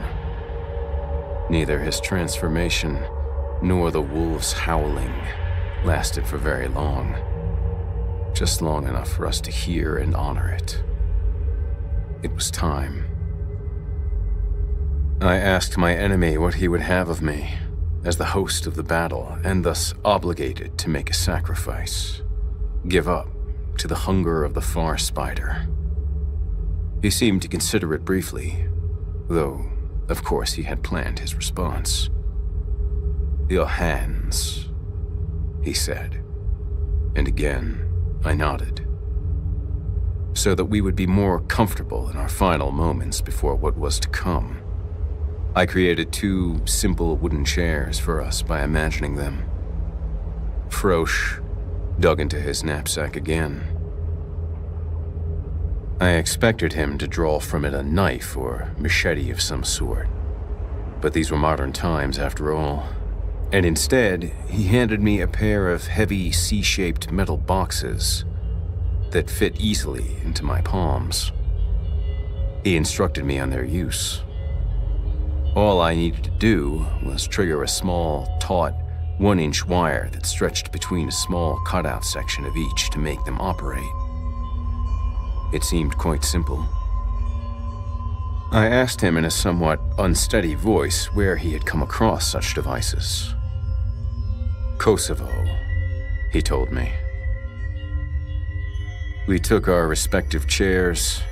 I now sat roughly where my father had in 1943, just 2 months after returning from Bastogne, and where my grandfather had sat in 1920, and where his brother had sat only 6 years before that. That man, Carl was his name, had been asked to give up his eye as a sacrifice. So, perhaps my own wasn't so terrible. I looked at my enemy calmly by the light of the lantern. He wished me safe travels in the world beyond this one, and I wished him the same. I relaxed and allowed the cold to claim my body once again, and that feeling was so strong in my spine as to be almost pleasurable. I looked up through the east window at the small sliver of moon. I told my enemy that the wolf had returned to its place beside the conqueror, and we were free to do as we must. Yes, he said, and told me I should proceed. Now. Closing my eyes one last time, I opened my mouth, and tensing my body against the trauma that was coming for me down a black and rotting tunnel, unleashed a deep, throat-ripping shout hollering from the depths of my pitied soul, craning my head backwards, directing the sound off the cobweb-laden ceiling above me. Holding my hands far outward from my body as I had been instructed, I depressed the wires in both explosive devices. My hands were there 1 second, gone the next, as a thrumming crack echoed in the circular chamber and the device exploded. Shrieking pain snaked up both my arms and into the center of my chest, pulling and tearing at my heart from either side of my body. I sensed my enemy moving across from me as every bit of magic I held within flowed outwards and over him in a venomous wave of power. I opened my eyes to see him being lifted upwards out of the chair, his feet rising off the floor. His entire body rising vertically before me. 3 feet off the stone, then 5, he levitated and stared hatefully down at me. And I believe now that it was salt water pouring out of his eyes. Salt water running down the front of his collared black shirt. Then those eyes became grotesquely enlarged in their sockets as light pulsated behind them. A light of no color. A light possessing such energy coiled behind it that it could have cracked the earth if sent beyond the island. Instead, as Frosch hovered in the air, reaching out toward me with violently trembling arms that appeared to be trapped in the kind of haze within which one sees desert mirages, he spat his own magic at me with the force of nuclear fission. I felt myself being lifted up, and then pushed downward again. A sightless and powerless ragdoll, I struck the floor and then felt my body being propelled into it, into the stone, matter driven impossibly into matter. I felt the stone envelop me, and I could see the ceiling high above as I descended, literally absorbed into the structure of the lighthouse. 6 feet deep, then 10, my molecules swimming in darkness. I felt my body becoming thinner and thinner, till there was only enough flesh on my bones to keep them intact. I caught a glimpse of my enemy staring down at me, and that was when I blacked out. For me, the battle was over seconds after it had begun. The last thing I heard was a roar, half human and half animal, emerging from my enemy as he spent the last parts of himself trying to destroy me with his chaotic and murderous mind. When I awoke, it was daylight. I was on the ground, lying face up. A gray drizzle struck my face. It was dawn, but of which morning I did not know. I was deep in the woods, resting on a natural bed of leaves, surrounded by dying trees and silence. My vision was blurry. My head was pounding. I looked down at my prone, withered body. It had once been the body of a relatively fit man of 57, but I was perhaps 30 pounds lighter than I last remembered myself. Blood had dried on the cuffs of my long-sleeved shirt and spattered all the way up to my shoulders. My hands were gone. For fear of what I might see if I looked too closely, I gazed at the cloudy sky until consciousness left me, which happened with blessed speed. I must have found my way to the nearest road, or perhaps been found by a concerned stranger, for I remember the siren of an ambulance and the image of an Asian woman leaning over me in the back of one. She was frowning, concerned not for the stumps at the ends of my arms, which had been crudely wrapped in gauze to stop the life-threatening blood loss, but for the twisting of the straps that held me taut to the support on which I lay. After the intravenous drips, a darkened hospital room, indistinct voices, I let myself drift in and out of sleep. Day became night. Night became day again, and the cycle repeated. To avoid speaking, I embraced entirely the fog that enveloped me. When I could no longer feign unconsciousness or avoid the questions of the medical staff, I pleaded amnesia. I remembered nothing, I said, of anything that came after the dinner party. That seemed to satisfy them. I told them to refuse all visitors. They released me a day later. I did not particularly listen when they described their rehabilitation process to me, and the options I had for living life with my new handicap. I needed to simply be away from there as soon as possible. An orderly helped me put my clothes on, and I got into a cab outside the hospital. The cab driver, a man from Kenya who had once attended medical school, drove me all the way to the estate after I invited him to take my wallet and my bank card and make a single stop to withdraw as much money as it would take to deliver me to my destination, and then complete one more task for me. We pulled onto the estate well past dark. It was 5 days after I had met my enemy. My driver followed me around toward the back of the house. Once or twice, he had to assist me when I became dizzy. I had not eaten for several hours and nearly passed out. When he asked me if I lived in this grand house, I told him no one had for 30 years. There were other rowboats, older and more decrepit, housed in the horse stable on the most forested side of the property. Unfortunately, I was not able to help the driver in dragging one down to the shore. We climbed in, and he manned the oars. It was even colder than it had been 5 nights before, but he complained not at all. I was certainly paying him enough not to do so. Like me, he had to stop rowing every 5 minutes to warm his hands and his ears. When the rowboat bumped against the shore of the island, I bade him wait for the fire I felt myself just strong enough to create. He seemed confused at the sudden appearance of this fire nearby, but walked off towards it after asking me if I was going to be able to make it to wherever I was going.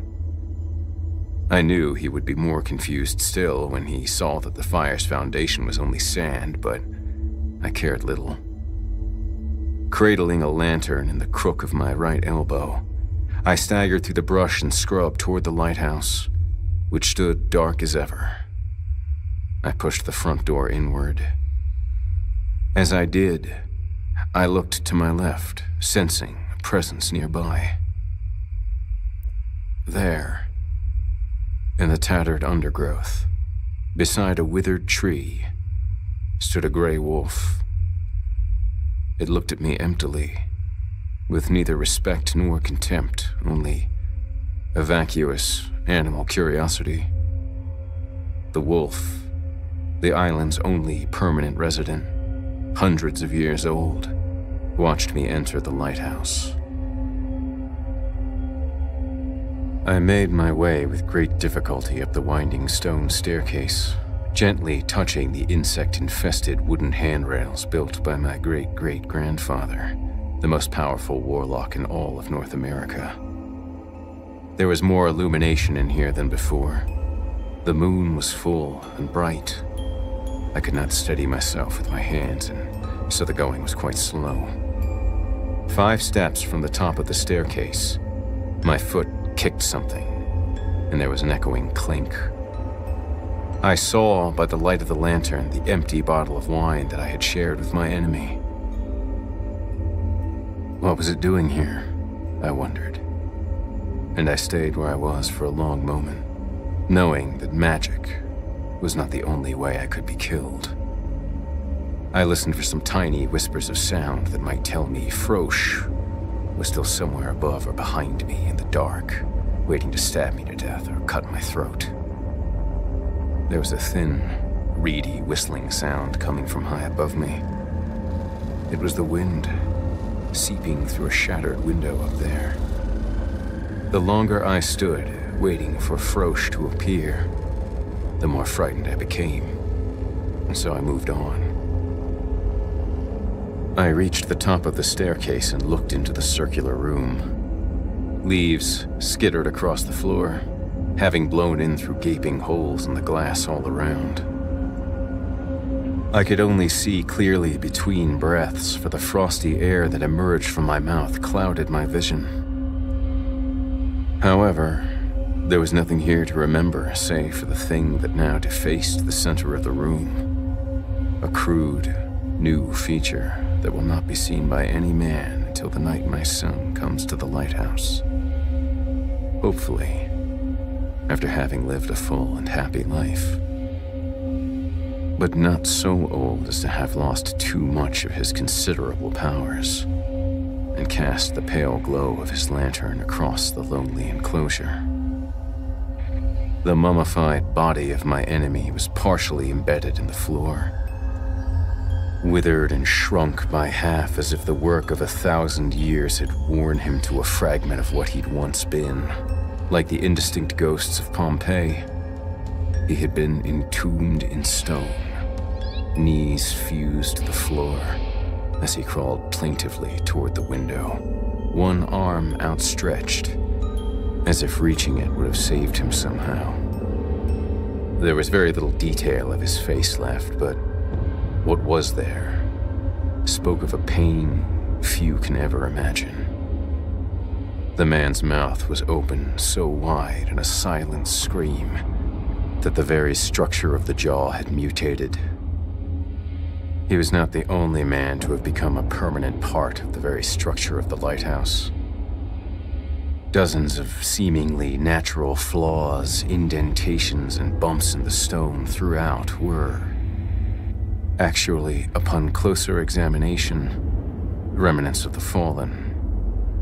Toward the bottom of the staircase, 30 inches up the wall on the left side, was the shape of a man's foot, wholly embedded and seeming to push out from within.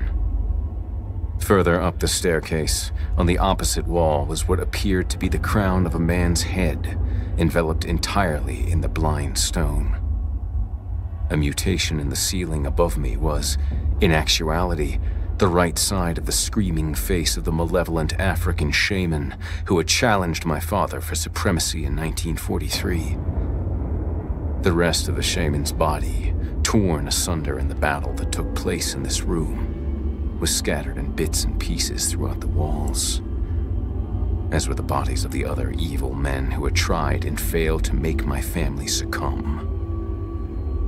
Eyes, hands, fingers, bits of body too small to be identified, all were sealed just below the surface of the stone inside this lighthouse where the world was defended from destruction. It served as a grotesque museum of our hollow victories. My son would be the next to fight. An invitation would come in the form of a gathering of silent winter wrens. He would have to leave his family in the small hours, perhaps never to see them again. He would row to the island to face his enemy. It would happen just once in his lifetime. He was now 32 years old. I, myself, need never use the island again, thank God. Soon I'll be dead, but it will not be a violent death. And never will I need to return to the lighthouse and cast eyes through the darkness upon the hideous statue of an evil man who will not be the last to make that little room into a place where unthinkable combat is waged beside a sleepy bay. There was no longer any joy to be found in All Hallows Eve. Not for Ash. Not this year. What was once upon a time his favorite holiday and time of the year was now a time of despair and desolation. All pleasure and thrill leached from it, leaving him empty, rendered in shades of deep, dark despondency, because this year would be his first All Hallows without her, Gabrielle, his soulmate, his love, his everything.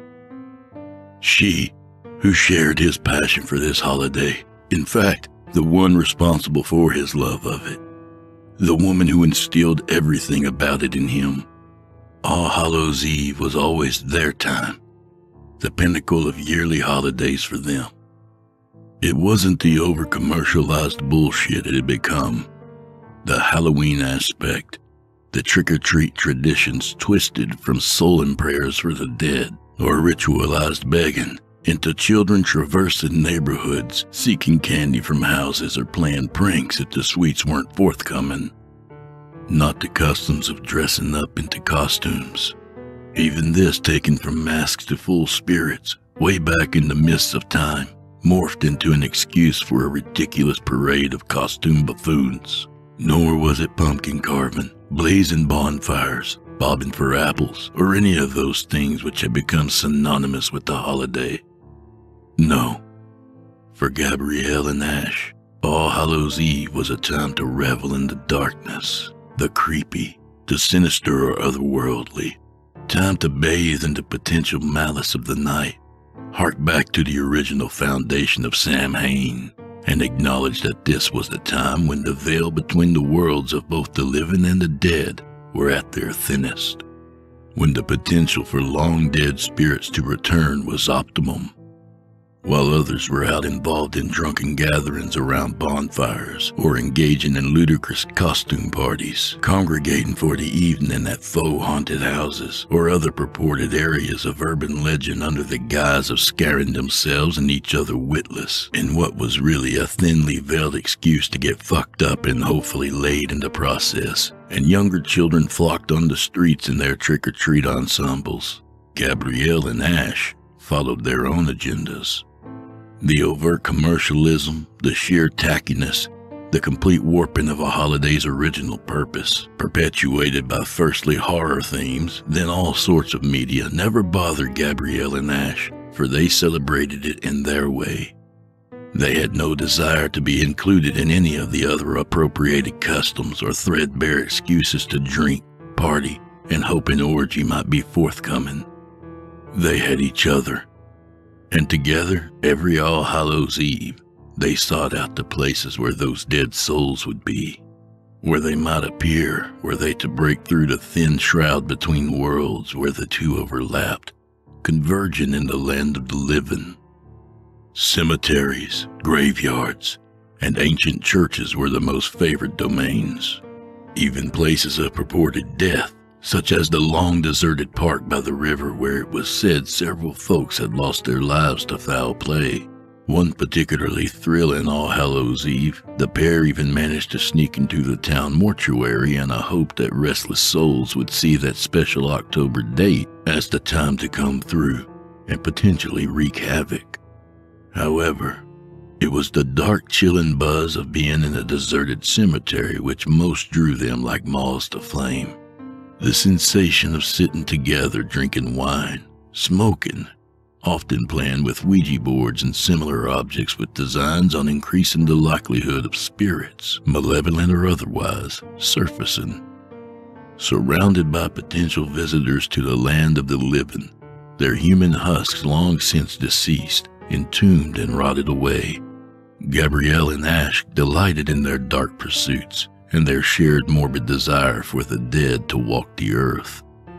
Enraptured by the possibilities, buoyed and buzzed on wine, they would more often than not strip each other naked and make love amidst graves and mausoleums, in frenetic, intoxicated couplings they hoped might further enhance the journey through the dead cloak.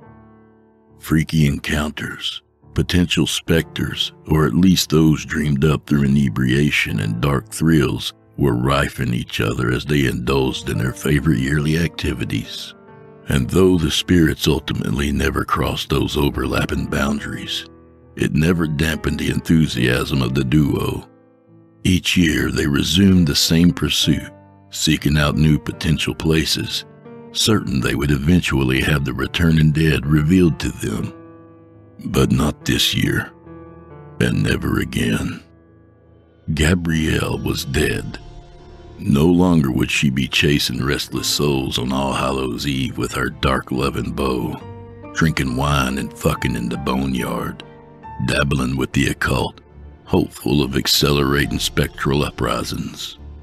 6 months prior to what used to be the greatest calendar night of Ash's life, a late-night car accident landed Gabrielle in the hospital in critical condition.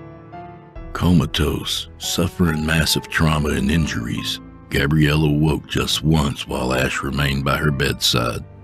She murmured to him in a voice so faint he could barely hear the hushed whisper, and then she died.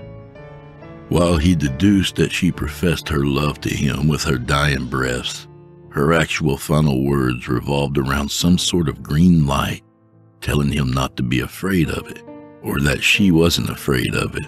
He really couldn't tell. Then she was gone, and she'd never say anything to him again. Half a year gone and he wasn't over it. Hadn't come to terms with her departure. Never would. His life was crumbling dust, a bleak wasteland of desolation and loss. And the onset of All Hallows Eve was going to be the pinnacle of misery. The streets of Cinnamon Grove were already awash with trick-or-treating children, masquerading as goblins, ghouls, vampires, witches, all manner of supernatural beings, or even characters from popular television shows, books, or movies.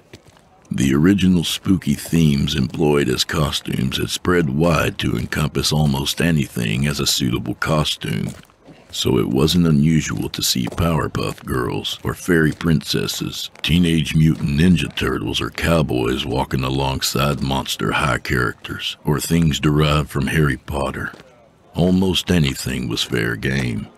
It wasn't a case of adhering to the spooky, it was just a mass dress-up collective. Clearly, some of these kids' parents had gone to great lengths or pains to create their offspring's ultimate costume. Either that, or spent exorbitant amounts of money for an outfit which might only be worn the one time, with the kid probably wanting to be something else the following year, while some had barely given it any thought or attention whatsoever. Amidst the kids' incomprehensibly detailed Predator outfits, SpongeBob get-ups, or Barbie garb from head to toe were the kids who'd had their ghost costume created with the classic white bedsheet tossed over their head and a couple of eye holes cut in it. Ash saw it all, but nothing sank in or registered.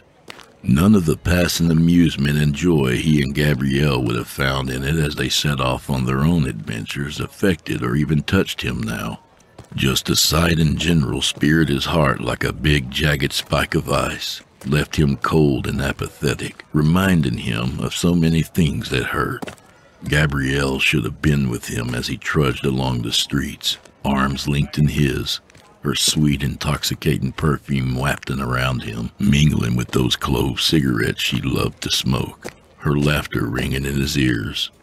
While she never bought into the costume ideologies, the notion of the old masking ideas transformed into children's costumes, she was particularly impressed by those kids with the more macabre outfits, those who seemingly maintained the logic that it should be something of an ominous night, not a frivolous fuck-around.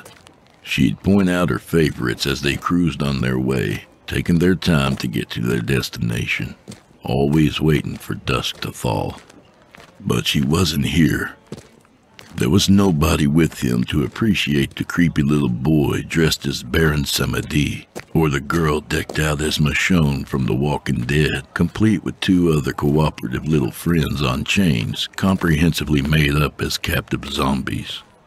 So while he saw it, it washed bleakly over him, stealing what once would have been a time of uproarious laughter or approving comments away, to replace it with a void of futility and wretchedness. It wasn't only kids who chose to dress up. Teenagers, even adults, engaged in the traditions, seeing the prime opportunity to throw themed parties or engage in all manner of behavior. For some, that obviously meant ultra-slutty.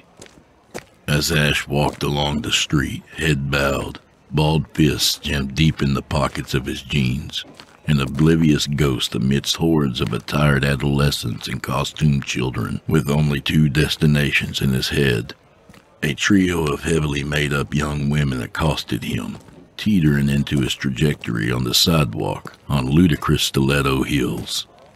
One was a French maid, her skirt so short it barely covered the globes of her ass, fishnet stockings adorning her legs and her cleavage threatening to bust every button on her supremely tight top.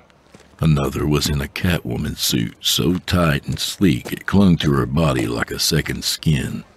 It was evident she wore next to nothing beneath it, with each curve of her form accentuated in great detail.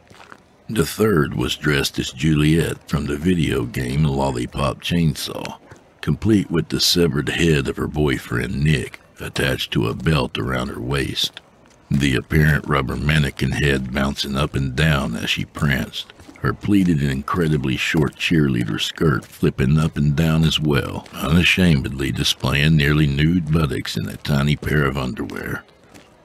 Ash acknowledged their presence through the fog of thoughts crowding his mind. Sublime, beautiful memories of Gabrielle colliding with the terribly tragic in a twisted marriage. The churn of miasma dissipated long enough for him to realize they were in his way, essentially barricading him from further progress to destination number 1. They were all blonde and buzzed on alcohol, each of them carrying and drinking from cans of pre-mixed vodka drinks, capering into his way to a soundtrack of manic laughter and intoxicated retorts. They could have been in their late teens. They might have been several years older, around his age, and they might have even been much younger. He couldn't really tell. Their overly made-up faces, slathered with eyeshadow and mascara, rendered it almost impossible to pinpoint them in terms of exact age. Bright red lipstick smiles, partially drunken mirth, potentially lustful, flashed at him from beneath black-rimmed eyes. Hey, you're cute. French maid slurred at him, the least attractive of the trio looming in close, peering with bloodshot eyes, making Ash wonder how much vodka she had already imbibed to arrive at that conclusion. With his dark hair hanging lankly, and a shadow of unshaven stubble shrouding his cheeks and jawline, face otherwise pallid with black circles of fatigue heavy under his eyes, Ash didn't imagine he was the archetypal pin-up to draw cute comparisons with. Trick or treat. Catwoman winked, raising her can in a toasting gesture before tipping it into her blood-red lipstick lips and downing it in a remarkably unladylike fashion, stumbling a little and splaying her black rubber-encased legs as she sought to empty the container. Either way, it means the same thing. Lollipop Chainsaw added, with a lewd, throaty chuckle, as she too zeroed in on Ash. Trick or treat. Ash faltered, not finding many words, but a stream of unintelligible gibberish. All of a sudden, it seemed like he was staring at 3 Gabrielles, her face replacing all of those on the trio of blonde bimbettes. Lollipop wore that face he knew and loved best. Gabrielle, beautiful, raven-tressed and unmarked. Catwoman, though, featured the visage of his lost love at her worst, bloodied, bruised, extensively damaged with automobile trauma. And French maid was the worst of all. Gabrielle in death, skin-pale alabaster, swathed in bandages, her hair limp and languid, as she'd been when she finally slipped away from him forever. He would have screamed, aside from the fact that he still couldn't seem to locate his voice. It felt like such a long time since he had last used it. Instead, he uttered something of a garbled exclamation of mingled despair and shocked horror, hands automatically flying up to ward off the plaguing images. The trio of Gabrielle countenances dispersed, replaced by the original faces of the 3 tipsy blonde women, each now wearing a variety of bemused and scornful expressions. Ash broke their ranks, pushing hastily between Catwoman and Lollipop, barely aware that he was waving his arms like a drowning man, floundering desperately for the surface of the water. Voices carried after him in strident, affronted tones. Hey, these are sexy outfits, you know. French maid called out abrasively. Sexy. Not scary. Sexy. Guess you missed out then. Came from Catwoman. Trick or treat meant you could have had a whole bunch of candy in your mouth. You could have tricked with us. Or you could have had yourself some real fine-ass sexy treats. And you won't be finding any candy sweeter than this wherever your ass is going. I forget it. Lollipop advised her companions, sounding the most coherent of the trio. Probably gay anyway. Seems like all the cute ones are gay these days. A series of homophobic epithets followed on Ash's heels as he tripped, stumbled, and rushed away, on up the sidewalk. But it flooded over him with no effect or even comprehension. His attention completely shot, he barreled into a congregation of costumed trick-or-treaters, almost sending a small Shrek monster ass over tea kettle. Shit, mister, are you drunk? The rotund little green-garbed urchin berated him in a shrill voice. Not yet, Yoda. Not yet, Ash replied. But I sure as hell plan to be. Very soon. I'm Shrek, you stupid asshole, Alco! The kid shouted at him and aimed a vengeful kick at Ash's shins. It missed by a long shot, and he ended up sitting on his green Shrek butt on the concrete, while a couple of his companions, Monster High's Frankie and what looked like a miniature werewolf, sniggered at the outcome. Damn, nice kid you are, Ash muttered, hurrying away before somebody decided to yell out something about him being responsible for the pint-sized ogre upending himself on the ground. Gabrielle would have really gotten a kick out of that Monster High ensemble. He lamented as he departed the scene in a rush, also biting down on his tongue to prevent a few choice words regarding hopes of that little Shrek bastard ending up with razor blades in any of his candy. He was at the liquor store almost before he realized the disturbing encounter with the brazen promiscuous young women, and then the clumsy bumble into the mouthy brats, both temporarily successful in derailing most of his forlorn thoughts of the person missing from this Halloween evening. But stepping inside brought them all rushing back.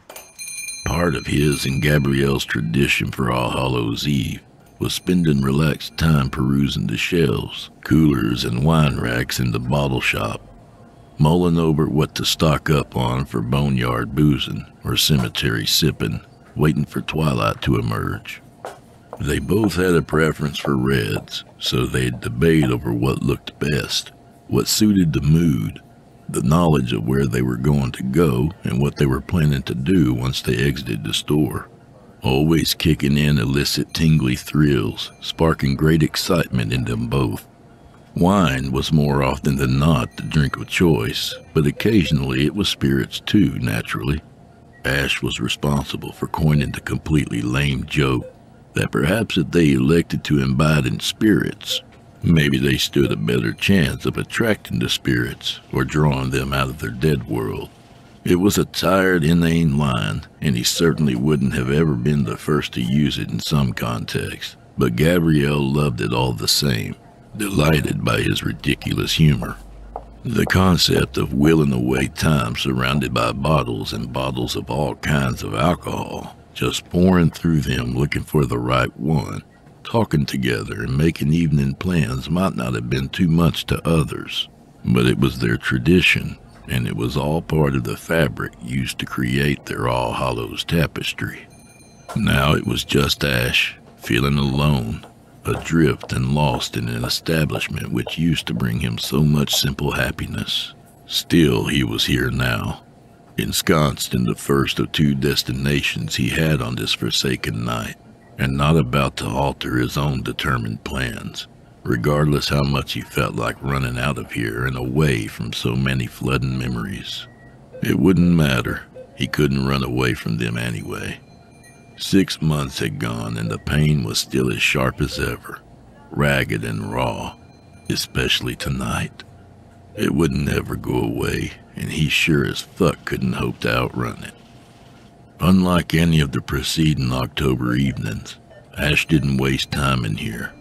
He didn't wander around gaping in awe at things, or finding amusement in the collective of Halloween wines always rolled out around this time of year. There was nobody to share the experience with anymore. It was simply a case of grab what he came there for and get the hell out. Nobody wanted to see a despondent, gloomy soul trapezing listlessly around an establishment filled with liquor on a night when everybody else was out trying to have spooky fun. And more to the point, it looked fucking suspicious. Ash didn't want any attention from anybody. Not wary bottle shop proprietors, not fat green little goblins and their candy-collecting friends, not busty blonde, ass-flashing costumed sluts. Not anybody. He made his selections easily. He already knew which aisle to walk down to find what he sought. An Elk Creek Bone Dry Red Cabernet and the Velvet Devil Merlot. The former because it had become a favorite of Gabrielle's with its creepy but cool skull label, and the latter merely because he couldn't see any other suitable red with the theme of the evening. They always picked at least 2 bottles, almost always reds, and tonight would be no exception, though of course it was like no other Halloween. It was the worst Halloween in the entire existence of Halloweens as far as Ash was concerned. But his mind was made up. Just like he had said to the obnoxious midget Shrek out on the street, he was going to get himself drunk. Fucking hammered. Far away from all these costumed clowns, partying teenagers, and idiot adults pandering to the whole commercialized holiday.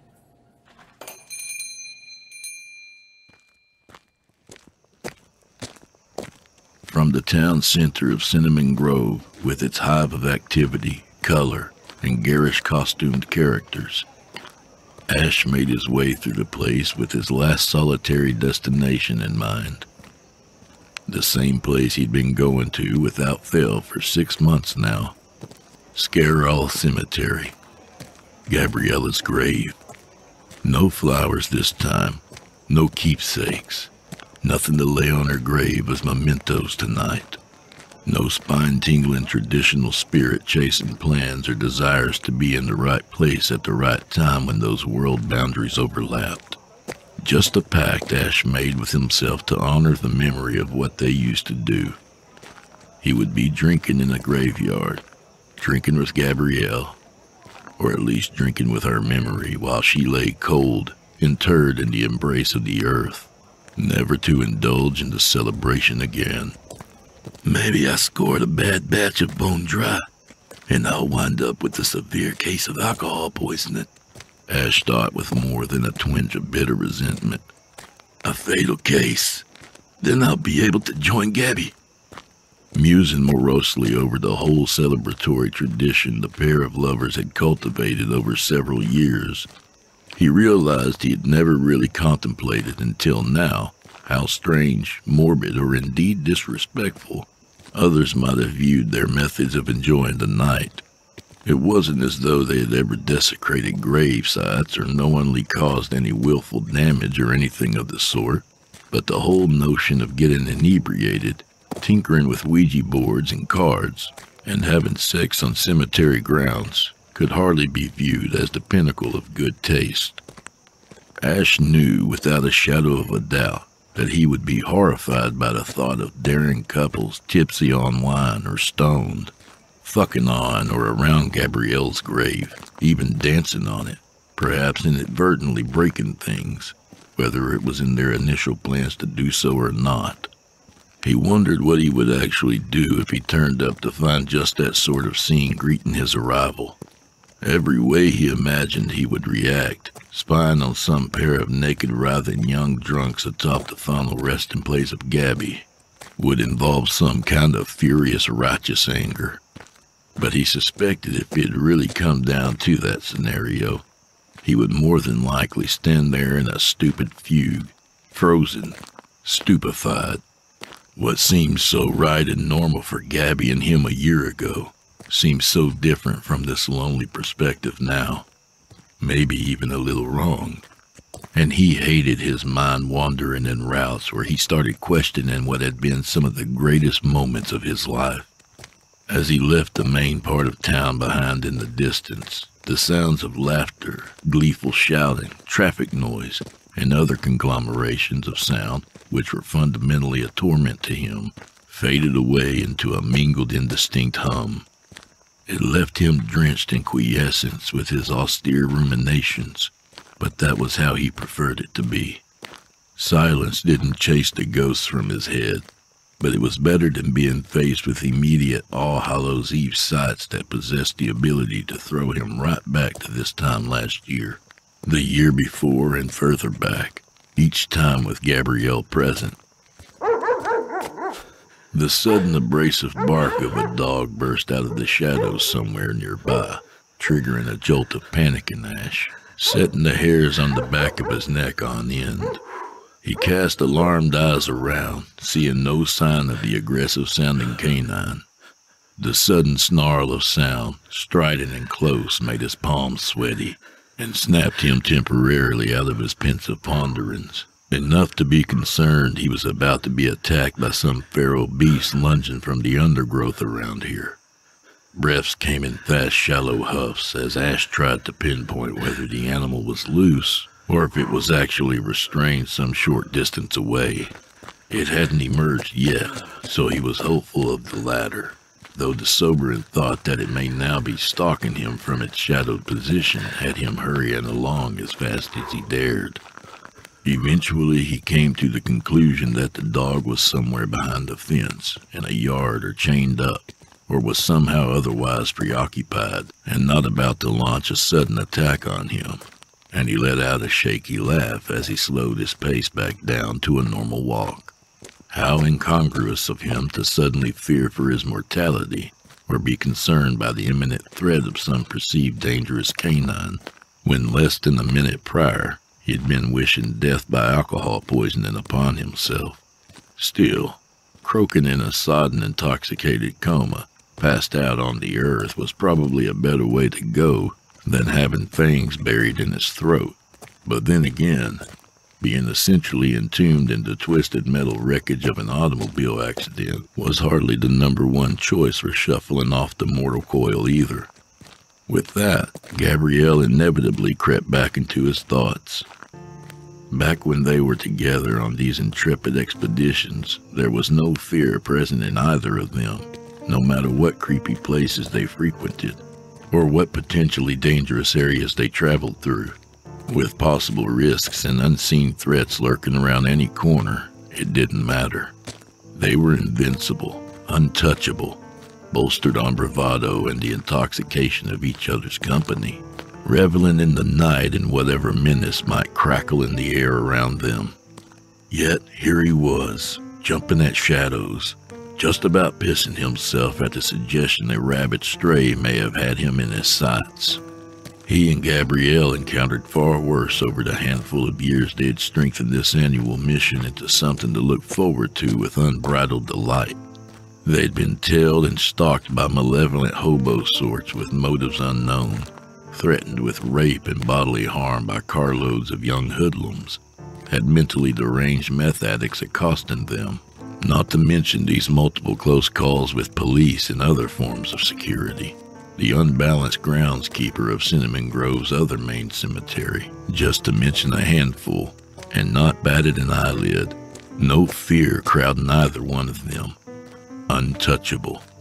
Even those folk who don genuinely scary Halloween outfits, intentionally out to terrify innocent passerbys or strolling lovers, trick-or-treating kids, anybody at all, by secreting themselves in dark alcoves, shadows, wooded areas, and alleys with nefarious plans to spring out and engender terror, causing potential heart attacks, urgent needs for underwear changes, or the like, couldn't faze Ash or Gabrielle.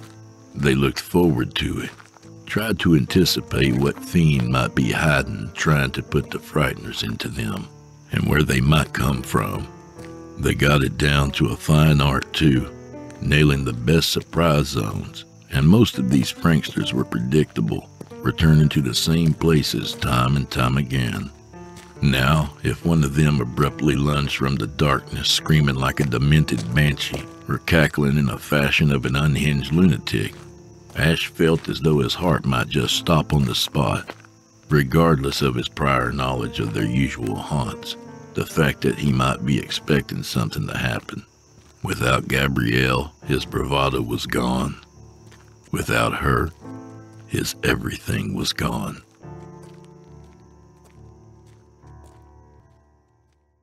Recent rains and a couple of nights prior had left the ground in Scarrow Cemetery muddied and soft underfoot, the grass slippery and still damp despite a solid day of sunshine. Making his way through the quiet darkness, dusk having well and truly settled its shroud over the place, Ash did so cautiously, aware how treacherous it could become.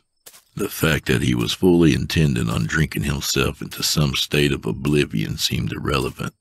The potential peril presented to a hapless drunken soul was infinitely worse than to a conscious sober one. But he had no immediate plans to get up and start walking out of the place after he finished off these bottles of wine. He figured he wouldn't be in any state to. He would lay there in maudlin misery, lamenting, reminiscing, sharing All Hallows Eve with his absent love as best he could, and deal with everything else the following day. "It's me, Gabby," he murmured as he sat himself down beside her grave, ignoring the sodden mush of moist earth beneath him. "I'm back again. I'll keep coming back every day until I'm there in the ground with you, which would be a whole lot sooner if I actually had the balls to put myself where you are. But I don't. I don't have anything without you. Remember how we used to be so fearless? Unafraid of anything on this night? Well, a dog almost made me mess my shorts. Can you believe it? A damn dog. After all the spooky troll bums, the gangsters, the Halloween monsters, all of it. And I'm scared of shadows now?" Cracking open the bone dry, he stared at the pale skeletal figure on the label under the moderate moonlight afforded to him, and then splashed a good measure of wine across her grave. "To us, Gabby. To our night. This is our night. Was our night." He tipped the bottle to his own lips now and drank deeply. The desolate ache of loss squeezing his heart, lodging a lump in his throat, brought prickles to his eyes. He talked and indulged in the wine, running a mournful monologue as inebriation stole up upon him and loosened his tongue further. He fully expected at some stage to break down and cry bucket loads of tears in his increasingly drunken state, but they never came. Perhaps he'd expended whatever reservoir of tears he had to cry over the past 6 months, for though his litany of constant talking to her silent grave ranged from deep impassioned avowals of love and how much he missed her, to almost accusing and angry at her for leaving him here alone, stripped of all the joy, strength, and carefree attitude he had once possessed. His anticipated blubbering never eventuated. All around him the air was full of the scents of the trees, oaks, maples, mingling with the sweet aroma of the wine, familiar smells which seemed to seep deep into his lungs, dragging him back to the better times spent immersed in them. The only scent missing was that of Gabrielle's clove cigarettes, and of course her perfume. She was missing. "Gabby, this was our night. Why can't you be here with me? I'm not strong enough to do anything without you anymore. I don't want to spend All Hallows Eve apart. This is our night, goddammit. Why did you have to go? What's the green light, Gabby? What were you trying to tell me before you went away? This was supposed to be our night. Forever!"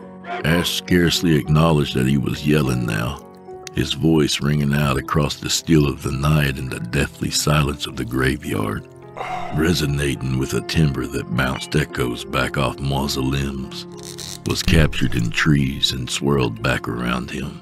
The bone dry was long gone.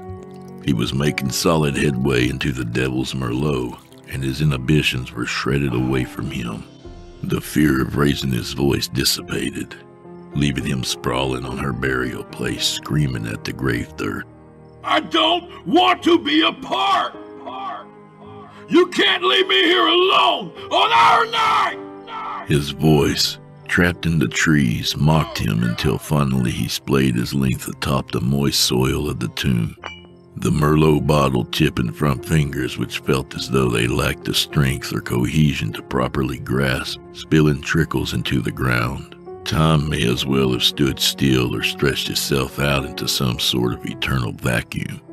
Now nothing but a profound mocking silence all around as he lapsed into a final drunken quiescence, gazing bleakly into the night sky with blurred vision. The bouquet of aromas, once so comfortable and thrilling to be surrounded by, continued to filter into him with relentlessness. In this shadow domain, her shadow domain, he lay hopelessly drunk, haplessly lost. His head spun with unremitting persistence, half brought on by his wine glut, half brought on by the tangled emotional web of thoughts crisscrossing over themselves and weaving together. He stared at the sky, trying to focus on the pale yellow orb of the moon. The green orb of the moon. Green? What the actual fuck? Ash stared, first squinting, then trying to push his eyes open wide. He rubbed the back of a hand across them, unconcerned by the damp soil and fallen leaf matter clinging to his skin. But after all of that, he was still gazing up at a moon distinctly green in color. Had he somehow inadvertently ended up with a bottle of absinthe by some bizarre stroke of misfortune, instead of the wines he thought he'd selected? Ash twisted his head to the right slightly, enough to see the discarded Merlot just a mere inch or so from his outstretched fingers. Even with his foggy vision and spinning head, he could still see enough of the devil fork on the label to realize that one was what he was sure he had brought with him, albeit seen in triplicate. He shook his head, trying to dissipate the shroud of haze enveloping it, managing to shift the top half of his body enough so he was propped up on his elbows, gazing down towards his feet where the empty bone-dry bottle rolled after he drained it. It too was precisely what he had bought at the liquor store, no hallucination-inspiring absinthe having supplanted it. The skull on the label grinned insanely back at him. Then it wasn't merely the bone-dry skull. It was the face of Gabrielle. The bony cranium on the wine bottle seemed to shine through her visage, making the image of her appear translucent, spectral, as though the bone structure was showing starkly through her flesh. It was a horrifying sight, even more disturbing to him than witnessing her at her worst, swathed in bandages in the hospital bed, face swollen and blackened with bruises. Ash knew he had overdone it on the wine big time. Green fucking moons, dead faces superimposed over skulls. This was not how he had foreseen this desolate night panning out. All his despair and bleak emptiness had been supplanted by irrational fear and paranoia. Beneath his awkward frame, splayed in that position which was neither sitting nor lying, but somewhere in between, the grave dirt shifted. It dropped down in a dip as if the recent rains combined with the weight of his body atop it for a prolonged period of time were sufficient to collapse it downwards. He moved rapidly, scrambling away and off the edge of the grave, the sudden alarm at having the sodden earth disintegrate underneath him and somehow plunge him down into a tomb, regardless who it belonged to, chilled him to the bone. It shot a bolt of sobering clarity through the inebriated fuzz which formerly packed around his brain like alcohol-soaked cotton wool. The thought of capsizing into the dirt, having it dislodge and pour down over his trapped body, filling his mouth, streaming into his nostrils, deadening any attempts to scream and entomb him with a corpse, while his useless limbs flailed to free him, and only managed to rain more damp dirt down, flooded him so comprehensively with terror that he almost felt completely sober, sweating profusely. A great crack had emerged along the length of the grave, right in the center where the shape of Ash's body left an indented imprint in the soil, and though the ground was still very damp, the zigzagging fissure was clearly defined, with no soft edges or crumbling dirt falling in upon it. As Ash stared in horrified fascination, wondering just how much damage his prone figure on top of the grave had done in conjunction with the softening precipitation, he saw wispy trickles of green vapor misting up out of this crack. Watching those creepy green tendrils of fog emanate from the fracture in the earth, he wondered exactly what the fuck he was looking at. Was it a result of the pressure of his body on the grave somehow disturbing the coffin below to such an extent where some kind of gases were escaping from it? Had the wine he had splashed so liberally over the earth seeped through, reacting with something below, somehow managing to get into an improperly sealed coffin, and adversely creating this unusual phenomenon by coming into contact with embalming fluid or some such shit? Ash acknowledged just how insane and stupidly ridiculous that probably was, but in his state of intoxication, just about any explanation could be a perfectly reasonable one. After all, he didn't have any answers that sounded as though they weren't asinine. He also came to another conclusion while he sat there, horrifically mesmerized by these trailing mists, that while he couldn't explain the source of this, he could explain the green tinge of the moon. It came from none other than this strange spectacle right here, this escaping greenish vapor from Gabrielle's tomb. While he had been sprawled in drunken misery atop it, wallowing in morbid desolation, the haze was rising from the ground, swirling up and around him, and he was too lost in his stupor and laments to know, only seeing the strange color of the moon as the mist crossed over the face of it. Now he realized that, knew it wasn't a case of somebody switching his wine with absinthe, or any one of the other stupid notions which clamored in his brain, but he was still at a loss as to why the aberration would pour steadily from the cracked grave earth. If it was some form of gas, he imagined it would have a pungent odor accompanying it, but aside from the smell of damp earth in conjunction with those other aromas, leaves and trees, there was nothing untoward or unpleasant assailing his nostrils. The green was billowing out now, creating a cloud, and his stupefied eyes saw that it was iridescent. Indeed, not so much as a cloud of vapor, but more of a creepy green light. Green light? Though it was or had been a mild autumn eve, the air around Ash felt abruptly bone-chillingly cold, as if he were out here in Scarall Cemetery in the freezing dead of winter. The atmosphere was completely still. There were no sudden gusts of cool breezes suddenly kicking up. The leaves in the trees encircling this cloistered patch of graves where he remained were unmoving, and no patches of dark cloud had drifted across to shroud the face of the moon to signify some more periods of icy rainfall might be coming. The spreading green mist, no, not a mist, the light, now fanned out so extensively from the gaping crack, which seemed impossibly wider now, that it enveloped him, wafting all around him. Though panic cogitations rushed him, considerations that perhaps it was toxic or radioactive, or in some horrible way detrimental to his health to be in it and sucking it into his lungs, he found he didn't have the power to move.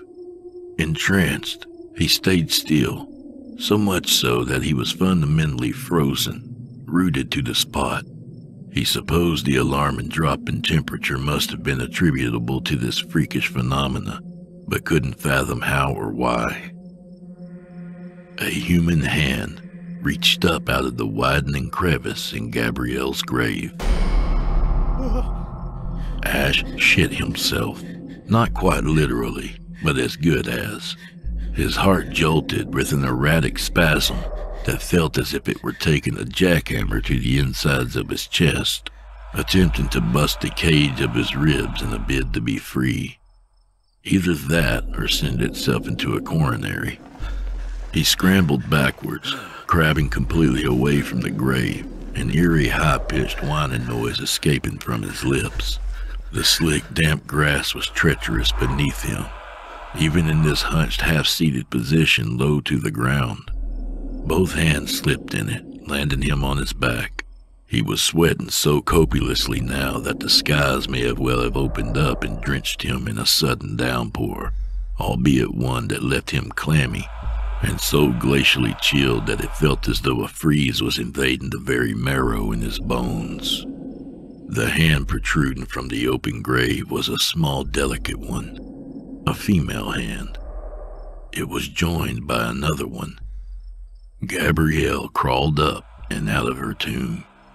She emerged in that luminescent green glow, rising right up and free of the broken grave dirt, not floating like a specter, but walking with feet flat upon the ground. Nor was her figure in any way transparent, hazy, or ghostly. She looked as solid and as real as she had been prior to that fateful late-night drive. Ash saw no grave worm slithering or squirming insidiously from any busted hole in her cranium, no leaking fluid, brain matter, or decaying flesh. Nothing to indicate she had been interred deep underground in a coffin, deceased for 6 months. His mouth gaped open, tongue flapping soundlessly like some useless hunk of meat. Are you... Am I... What the fuck is happening to me? He finally managed to choke out, mostly in a stream of gibberish, some actual words appearing amidst his nonsense. Come now, Ash. Do you really think I'd let some trivial little thing like being dead keep me from celebrating our night? Gabrielle asked, more than a hint of mischievous humor loitering in her tone. Ash shook his head so hard he thought it was about to topple off his shoulders, but he couldn't shake the vision away. Gabrielle was standing right there before him, having just crawled up out of the sodden soil prison of her grave. Are you... So... What? You're... dead? Of course I'm dead, she said. But I'm not about to let that stand in the way of our night, now am I? This... cannot be real, Ash declared. This isn't real. You... aren't real. Yes, it is, Gabriella said, sounding a little affronted that he had even suggested otherwise. It's All Hallows Eve, Ash. The night when the dead can walk the earth among the living. You know that. It's what we always sought on this night. But... no. No. It never happened for us. We never saw the dead walk the earth. We never encountered any spirits. It's not real, and it doesn't happen.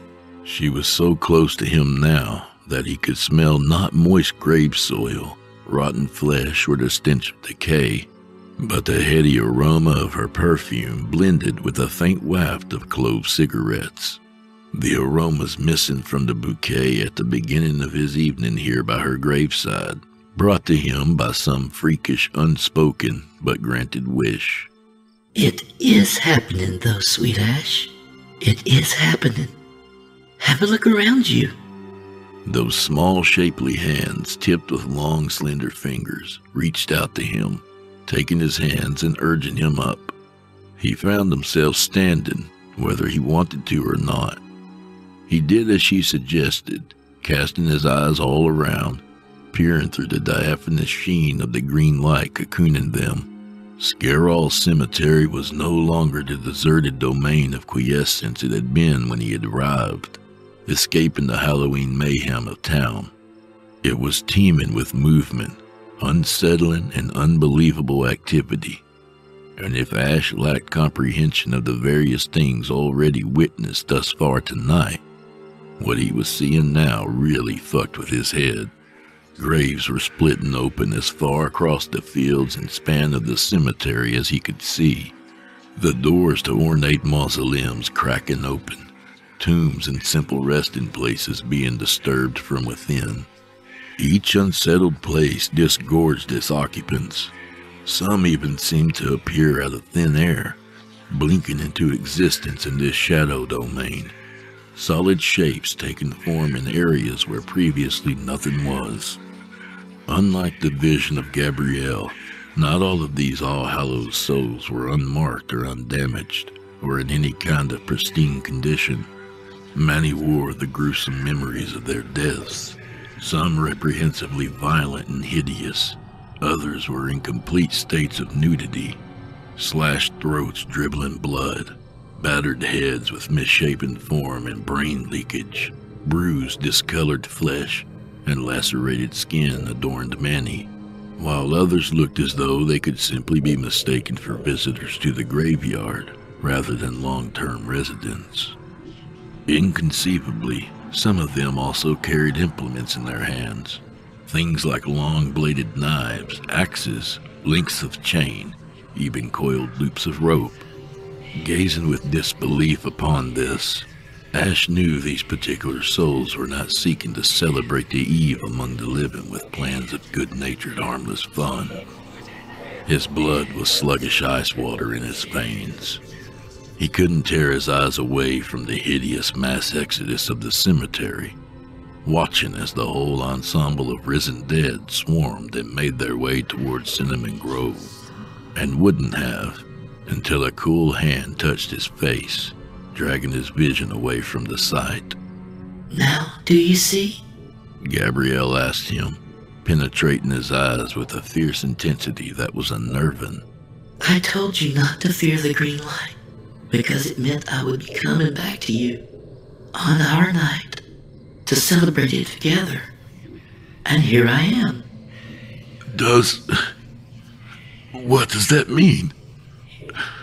Does that mean you're back? For good? She drifted in closer to him, the cool touch of her hands feeling like ice on the skin of his face, the green glow shrouding all around them in a perpetual drift. Her mouth was a mere inches from his, and when she kissed him, the scent of her perfume slithered up into his nostrils, the taste of clove cigarettes on her lips. Then she drew back, still fixing him with that piercing gaze. No, Ash, but it does mean we never have to spend All Hallows Eve apart ever again. We can always be together, just like you want, forever.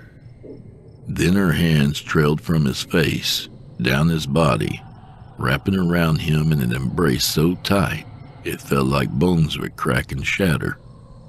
Only then did it truly dawn on him what she meant. He didn't know whether to scream in panicked terror or cry with joy to realize that she was right. He did neither, as she dragged him through the swirling green light and down into her grave. The disturbed grave dirt settled back down above them.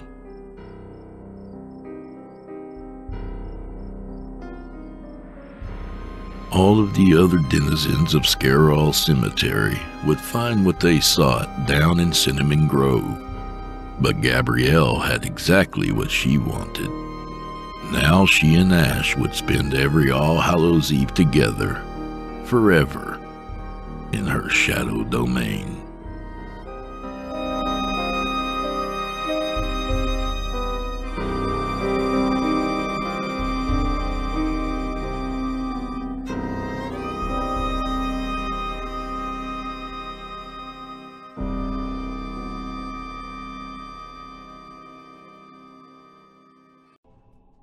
I waited patiently by the riverbanks while Charlie went to relieve himself. The rain poured hard towards the poisoned earth, ripping away any life that dared settle in the toxic ground. The waters were murky, the river flowed relentlessly. They had once been so full of life, surrounded by families enjoying their picnics. Now, nothing more than a watery grave destroyed by the ever-present acid rain. It was odd, though, that despite the storm, it hadn't grown in size.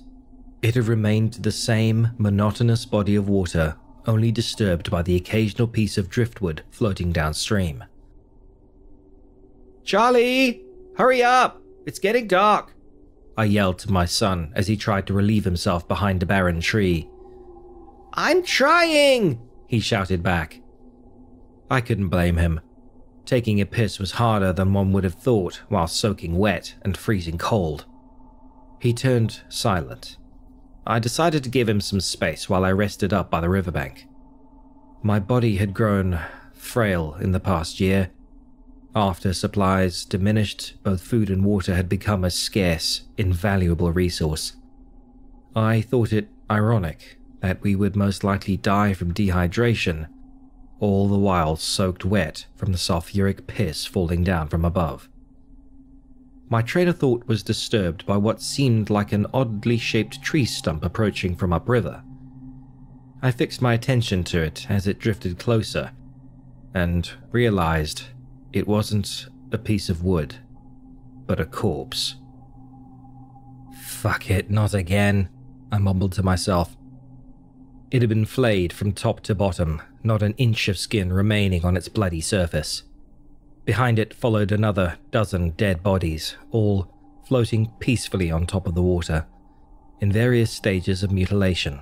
All were skinned, but some had additional avulsions, missing arms, legs, even heads that had been violently torn from some of their bodies. At that point, their identities were nothing more than a distant memory, an unimportant detail. They all seemed the same underneath their skin, and now they just added to the pile of corpses in the hellscape of a city we called home. Those people were the brave ones, the ones that tried to leave, but they had known the risk. They knew about the Guardians, yet they ventured across the border, and now they were just pieces of meat flowing with the river. The way their bodies bobbed up and down in the water reminded me, in the most morbid ways, of times long since past, of the days before the rain. Taking Charlie to the beach with his mother, teaching him how to swim. I almost let myself smile despite the horrific sight, but I was quickly jolted back to reality as one of the corpses landed on the riverbank, fully clothed and seeming unharmed. "Charlie, get over here!" I called as I ran for the corpse. It was a man in his early 20s, thick, long hair and well-fed. Wherever the river had taken him from, he definitely didn't belong in the city. I checked his pulse, barely finding a weak one, and though unconscious, he was definitely alive. "Dad, what are you doing?" Charlie asked. "We've got a live one. Hand me the blanket." Charlie pulled out a soaking wet piece of cloth, hardly protected from the weather by the bag, but it was all we had. I wrapped the man in as well as I could and lifted him up over my shoulder. "Dad, what if he's like the others?" Charlie asked nervously. "He can't be. He looks too healthy. Help me carry my things while I carry him. We have to get him back to shelter, fast." We rushed back towards the ruin we'd called home for the past day. It only took an hour to walk through the storm, but in my fragile state, carrying someone as heavy as that man put me on the brink of collapse. Once we finally reached the house, I dropped the man on the driest part of the floor I could find and started a futile attempt at making a fire while Charlie unpacked our things. "Dad, I'm going to look for food," Charlie stated, oddly confident. He'd become a resourceful kid, but I had little hope we'd find any treasure. Whoever lived there before had to have emptied the place during the second evacuation. "Don't bother, we've already looked through this place." As a stubborn kid, he reminded me of his mother, always adamant about finding solutions where there were none. Against my advice, he set off to search the house once more. After a good half an hour, I managed to get a few sparks to ignite a fire. Charlie returned just in time, holding a few cans of beans and a couple of bottles of water. "Where did you find these?" I asked, equally impressed and surprised. "Found them under some planks in the closet," he said, smiling.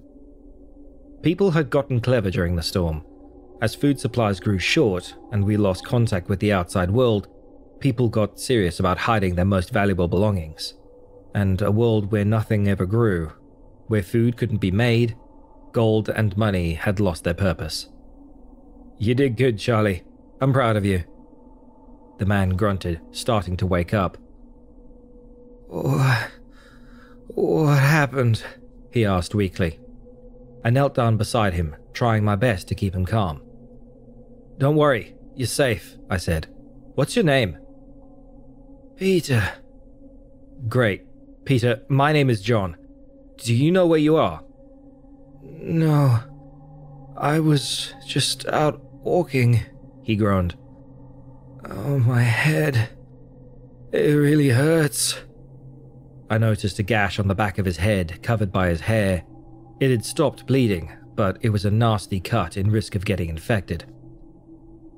Was I in an accident? Why am I not in a hospital? He asked. Hospital? I asked back, confused. Before he could continue, he passed back out. I tried to get him to drink some water, most of which he coughed up. Keeping him warm and hydrated was all I could do while he recovered. Asking for a hospital? He must have been pretty out of it, I mumbled to myself.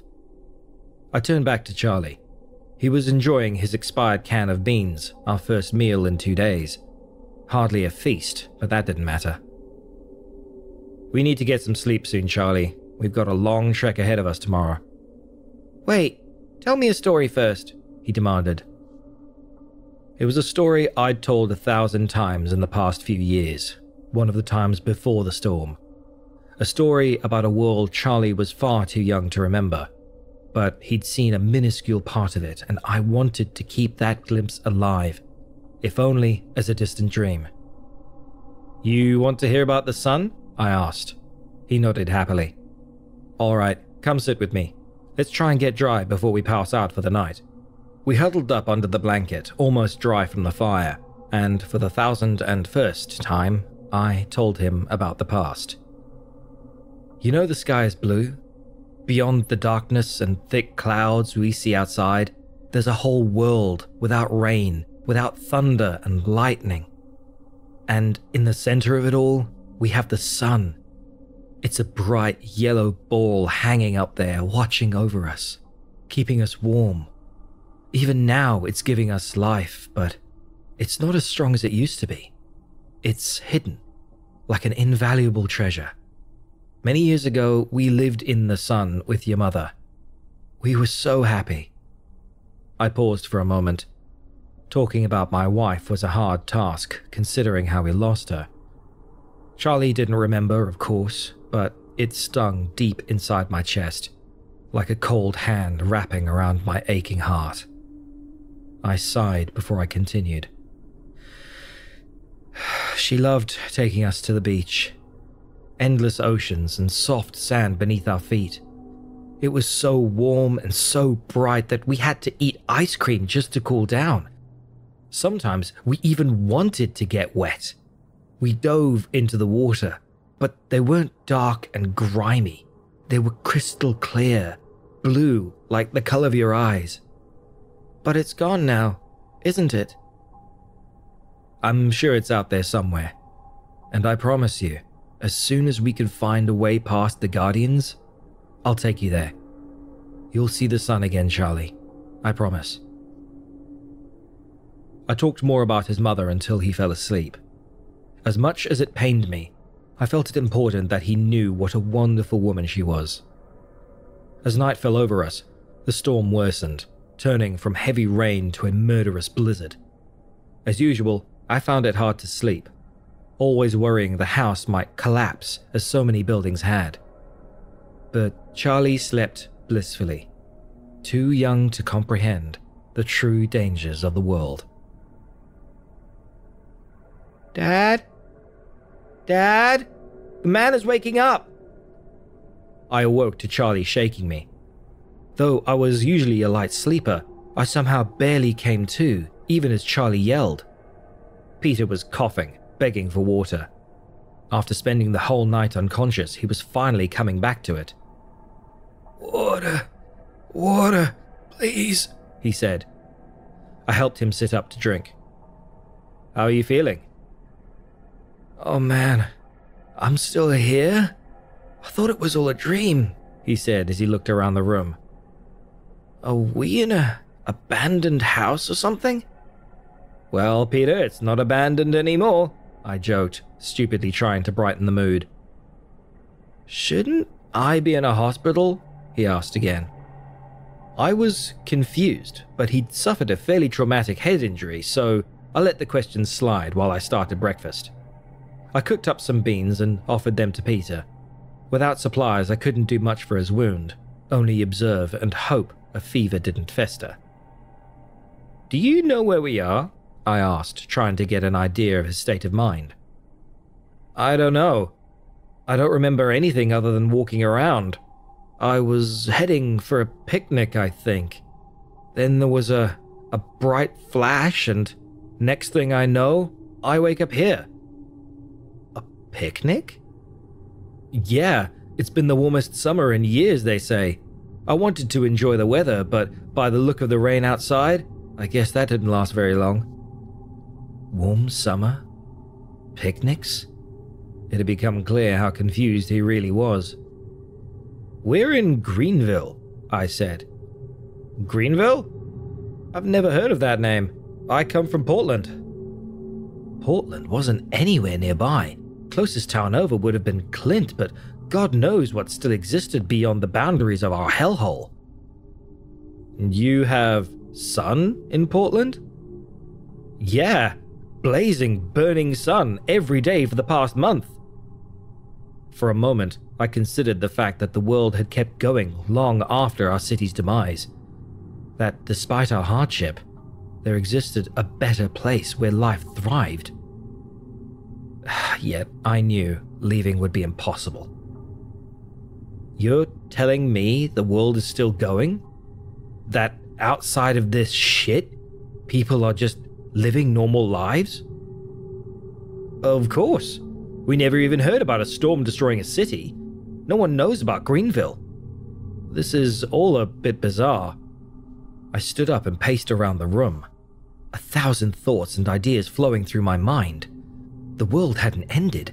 It was only us, only our city, closed off from the rest of the world and left to suffer. People couldn't leave, but then again, none had entered it either. Since the fall of our city and collapse of the colony, Peter was the first seemingly healthy human we'd stumbled across. If he could get in, then maybe, just maybe, we could get out. Dad, there's a woman outside, Charlie yelled from one of the windows, breaking me away from my brainstorm. Stay back, Charlie, I demanded as I rushed outside, Peter getting up and following suit. The rain poured as always, filling up a smaller sinkhole down the end of the street. Most houses had long since collapsed, and those that still stood were slowly being etched away by the acid. A woman stood in the middle of the street, her back facing towards us. She wore nothing more than a light dress, hardly providing protection from the horrific weather. She'd been hurt, leaving an exposed wound on her left shoulder, no longer bleeding but oozing with thick yellow pus. What the hell is she doing just standing there? Peter asked. Don't get close. Let me deal with it, I responded. I walked up behind the woman. The veins on her arm were protruding out, marking an infection that was growing up towards her neck. She was on the brink of sepsis and would soon perish. Without hesitating, I pulled her head back by her hair. As I did, I also lifted up my hunting knife and slit her throat. I'm sorry, I whispered as blood poured down her newly created orifice. She didn't even react as she quickly bled out. Seconds later, she had died. Holy shit! What the fuck did you just do? Peter yelled from the house. He stood frozen in fear, staring at my bloody hands. He didn't understand what I had just done. It then dawned on me that Peter truly came from a better place, one without the daily horrors we faced. "I set her free," I responded, already out of breath. Peter turned to run, but I gave chase. Despite my malnourished body and wasted frame, I was far faster in the rain and quickly pinned him down. "Let me go! You're crazy!" he yelled. "Peter, calm down. I can explain this." "Explain what? You just straight up murdered someone," he continued. I let him go, causing him to slip onto the muddy, wet ground. I kept my knife pointed at him, forcing him to stick around a little longer. "You really don't know what's going on here, do you?" I asked. "Please, don't kill me. Just tell me what the fuck you want." "Of course I won't kill you. You're not empty. Not like them. Not yet." I flipped my knife around, gesturing for Peter to take it. "Now that I'm unarmed, you're going to listen." He took the knife, clutching onto it with shaking hands. It put me in harm's way, but I felt safe nonetheless. Peter wasn't from around Greenville.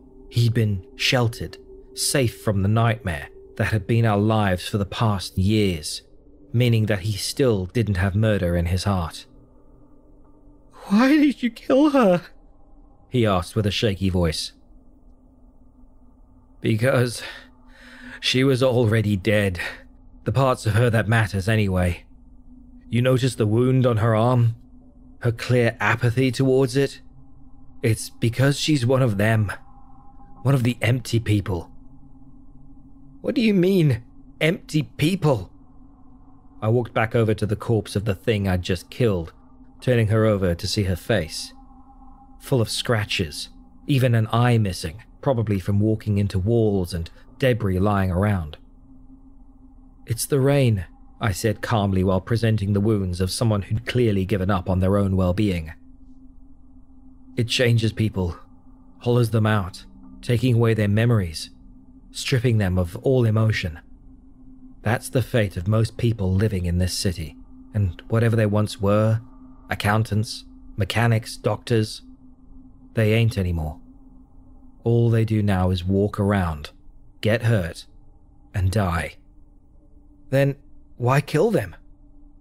"Because they're already gone. Only their bodies stay behind to suffer. The least we can do for them is free them. Besides, they get riled up if disturbed.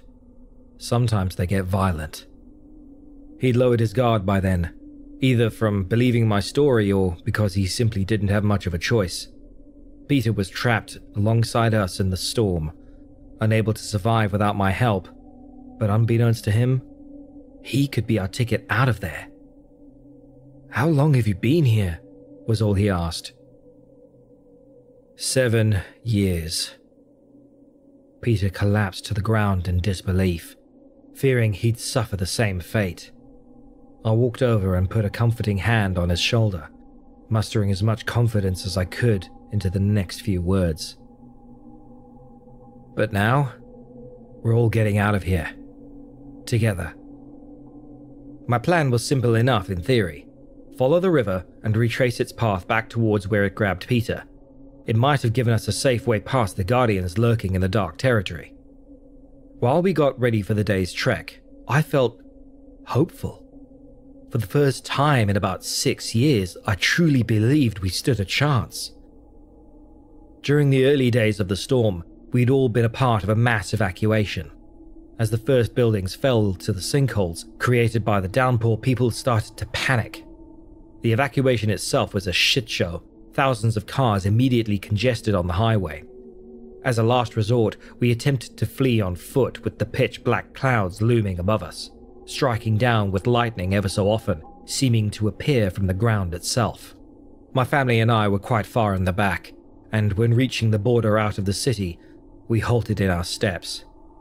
Before us lay thousands of skinless bodies, entire families embraced in death with horrified expressions on their flayed faces.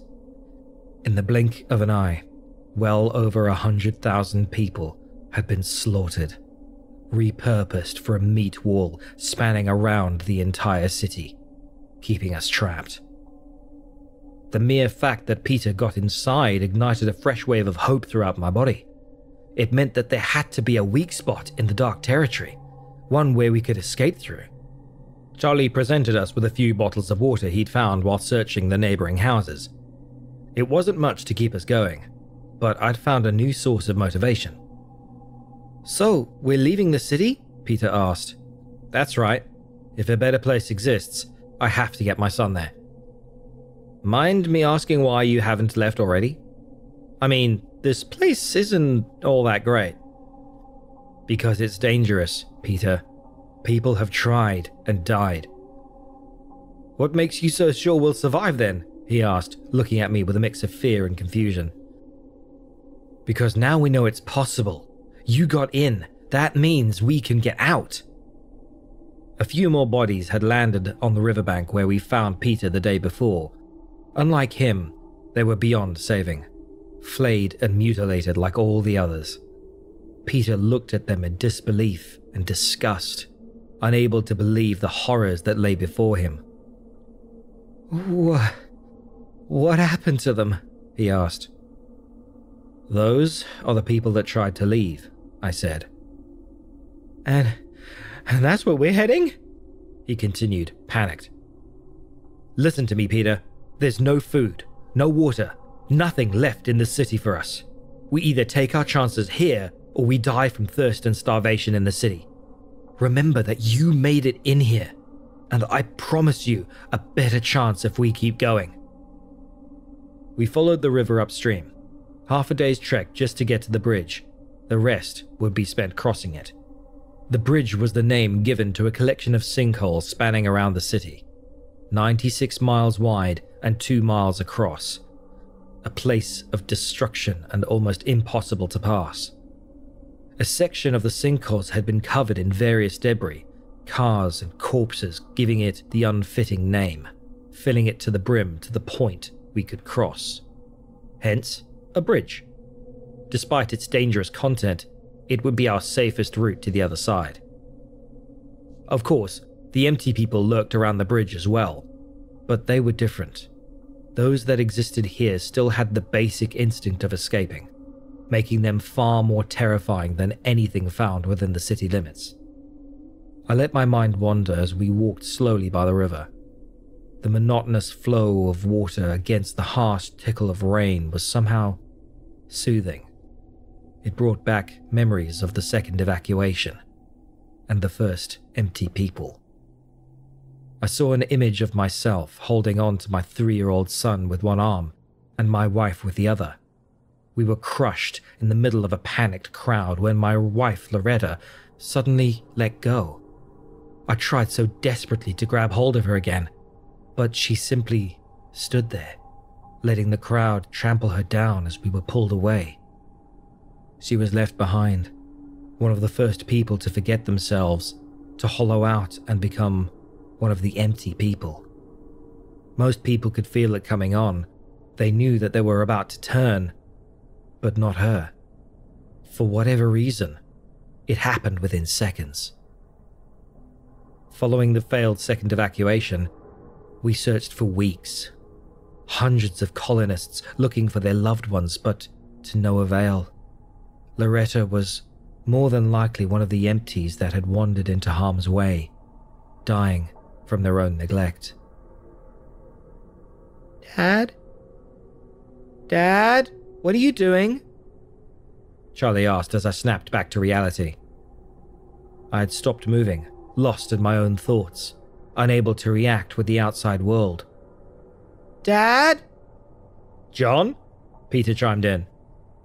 Finally, I managed to get myself going. "I'm sorry. I just needed to catch my breath," I lied. "Let's keep moving." Another hour and we finally reached the bridge. Before us, we saw dozens of endless collections of sinkholes, partially filled with solid debris. Dozens of bodies littering the pits among a few surviving stragglers. "This isn't exactly what I had in mind when you said we had to cross a bridge," Peter said. The river ran straight through the sinkholes, dragging part of its foundation with it.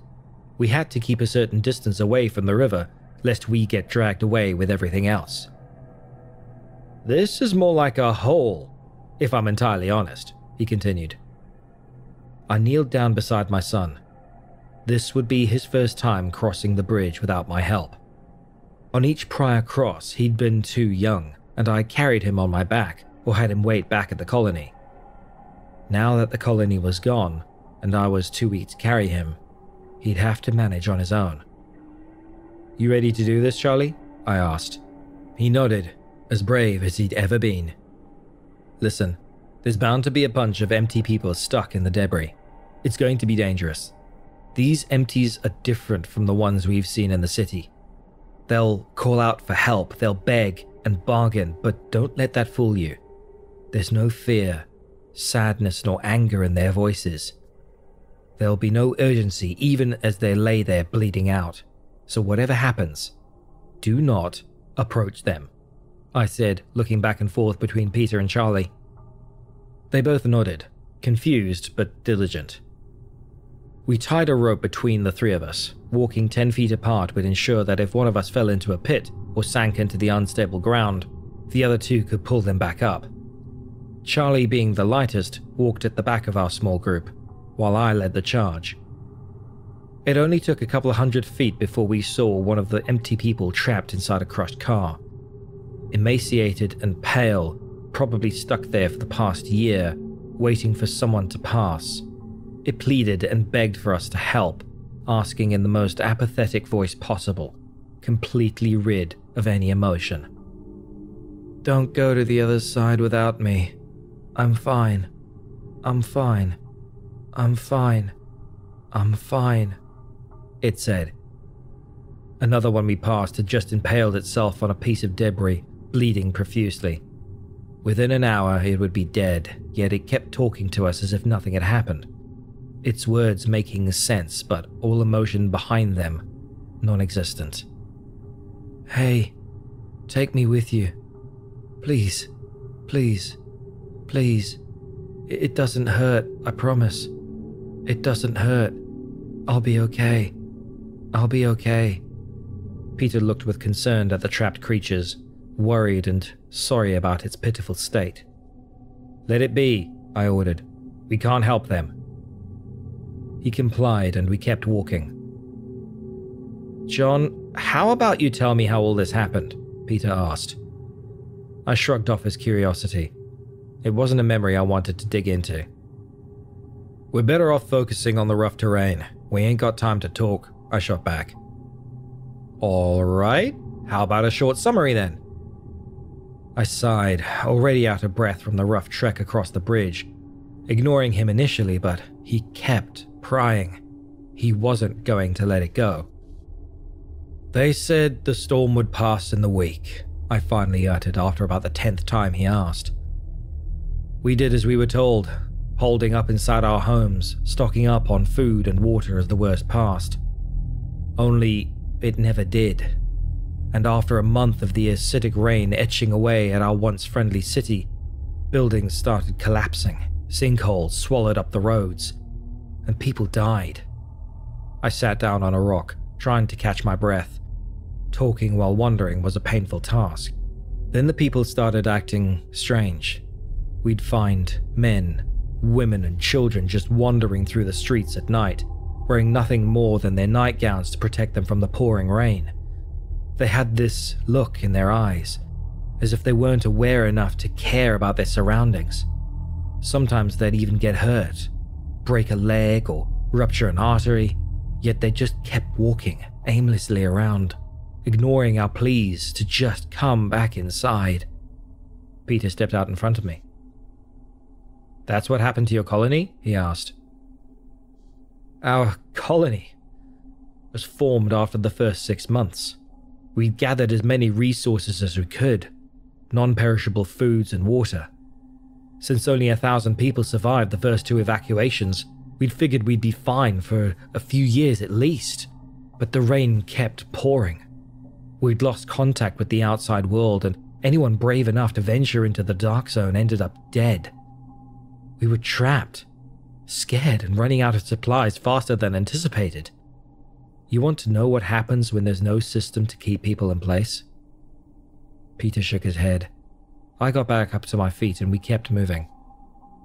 Well, let's say the empty people weren't the only ones losing their sense of self. A small group of empty people started getting close. They'd miraculously navigated across the bridge without getting impaled or hurt by the various debris. They kept mumbling nonsense as they walked past. The only word I could make out was salvation. Let him be, I demanded. Peter kept inquiring about our situation. So you've been stuck here for the past 7 years, he asked. That's right, 7 years since the storm began in 2020. Peter stopped dead in his tracks, halting our progress. What the hell do you mean, 2020? The year. What else? I asked, confused. You're saying the storm started 7 years ago in 2020, making the current year 2027? By my estimation, yeah. It's been a bit hard to keep track, but I'm pretty sure we're either in July or August. Why do you ask? John, it's only 2019. I chuckled at the absurd statement. Listen, Peter, you hit your head pretty hard. It's understandable that you're confused. Look at me, John. I was born in 1995. Do I look like I'm mid-30s? He asked. He didn't. He looked like someone in their early 20s, just like I thought when I first found him. Yet it made no sense. If it truly was that long ago for him, then it meant he'd traveled not only from outside, but from the past. You really think you've traveled through time? I asked, sounding more condescending than intended. Well, is that any less likely than a storm lasting 7 years? People turning empty and mysterious guardians hindering any escape? He asked back. Despite my disbelief in his statement, he had a point. But that means... I stopped. Means what, John? It means the world is truly gone. Then how did I get here? He said, getting more agitated by the minute. I don't know. But the plan stays the same. We keep moving across the bridge. Towards what? Certain death? To be flayed by the guardians like that pile of bodies back at the river? I don't know! I shouted back, loud enough to attract the attention of the passing empty people, most stuck in debris by then. Peter got quiet. But do you have a better plan? There's no food left, no water, nothing. You want to go back? We'll die before we find shelter again. So my plan remains. We're following the river, and while we do, we desperately pray to any god you can think of that we somehow manage to find out how the hell you ended up here. He just stared at me. 7 years, Peter. My son grew up not knowing the warmth of the sun, and I'll die before he gets stuck here for the rest of his life. While I frantically yelled in anger, one of the empty people got close enough to grab Charlie. I had lost focus and just stared at him in complete apathy. For a moment, it didn't matter what happened next. Help me. Help me. Help me. Let's stick together. Together. Together. It begged as it pulled him towards a pit. I just stared. Dad! Help me! Charlie cried, but I stared on, unable to make myself move. John! What the hell are you doing? Peter shouted as he ran over to help Charlie. Finally, I snapped back to reality, immediately pulling my knife out, pushing the creature away from my son while impaling it through an eye. As it fell over dead, Charlie cried out for the first time in years, and Peter turned to me with an angry expression on his face. John, why did you just stand there? He shouted. I don't know. I rushed over to console Charlie, but he pushed me away. I just lost myself for a moment. I can't explain it. We didn't have time to discuss it. The darkness loomed over us as nightfall approached. After catching our breath once more, we rushed the last few hundred feet across. We desperately needed to find shelter before another blizzard set in. No sooner had we set foot on the edge of the bridge before a brilliantly bright light appeared on the horizon. It was unlike anything I'd seen since the beginning of the storm, appearing as a blue sun lighting up everything around us. The light looked cold as ice, yet it warmed us more than anything had for the past 7 years. The river stretched all the way towards the light, and I knew in my heart that Peter had somehow come through that. "Is that the sun?" Charlie asked hopefully. "No, that's something else entirely," I responded, baffled by the magnificent sight. "How far away is it?" Peter asked. I tried to the best of my ability to judge the distance, but the shine of the light made it hard to get a clear view. If it lay just by one of the bodies of water making up the river, it would be another day's trek, meaning we'd have to venture through the dark territory. "I'm guessing another day and a half's walk," I said, finally. They both seemed hopeful.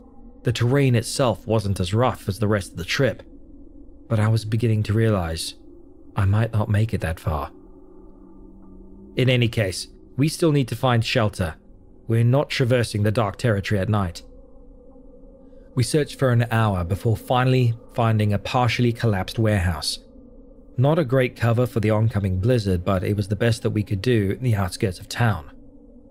I lit a fire for the night and shared the last can of beans. "I'm sorry about earlier," I said to Charlie.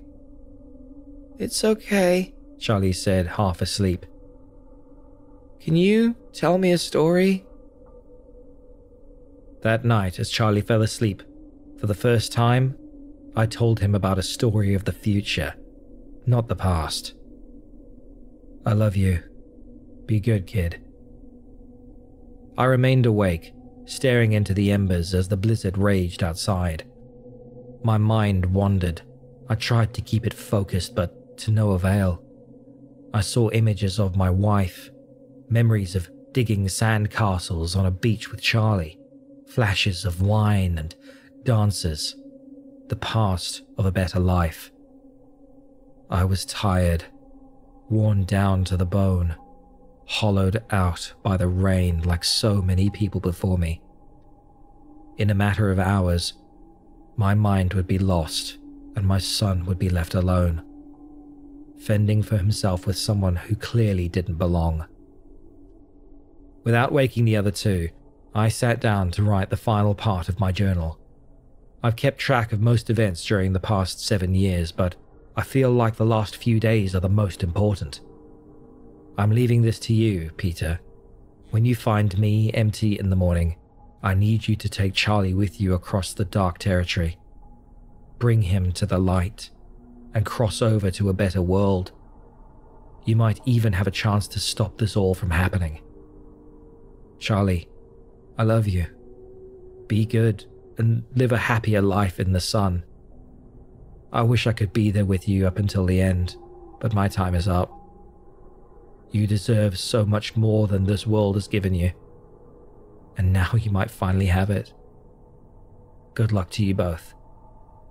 John. When the morning rolled around, John had left, either to keep us safe or because he'd hollowed out and gone to face the rain one last time. He pulled me out of the river, he saved my life, and in return, I promised to keep Charlie safe. He left behind his journal, which is what you've all just read, and while there's a lot more to Charlie and my story, I felt this should be what I post first. John deserved that much. I woke in the early hours of the following morning. Charlie was frantically calling out for his father. John had left his bed and seemingly vanished, leaving his journal placed neatly beside my bed.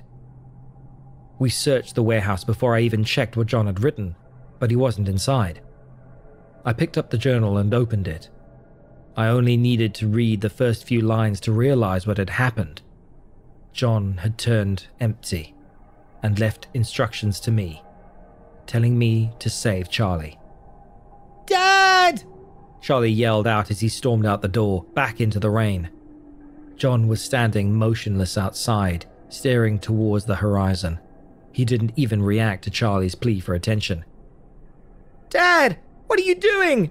He continued, on the verge of tears. He walked towards John, though whatever John had been just a day before had been washed away by the heavy rainfall. Charlie, stay away from John, I yelled as I ran over to grab him. Let me go, he said as he tried to wriggle himself loose from my grip. Dad, he cried. John hadn't moved, not even acknowledging our presence. No, no, no, no, he kept screaming as I pulled him back inside the warehouse and shut the door. He was incredibly strong for a 10-year-old, but I kept him at bay while he cried and punched me. He's gone, Charlie. John is gone. No, he isn't. He can't be. He promised. He continued, sobbing incomprehensibly. I held him tight and let him cry it out, and he eventually stopped resisting my grip. The one person in his life had been taken away for no reason other than bad luck.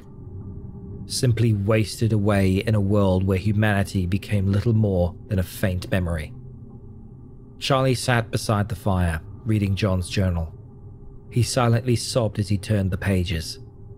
He'd learned to read from his father, and he'd written the journal as a reminder of what they had gone through, in hopes that one day someone would save them. I'm sorry about your dad, Charlie. He didn't respond. I packed what little things we had into John's bag. We had to keep walking while we still had the energy. Without food nor water, this would be our last day, whether we found salvation or not.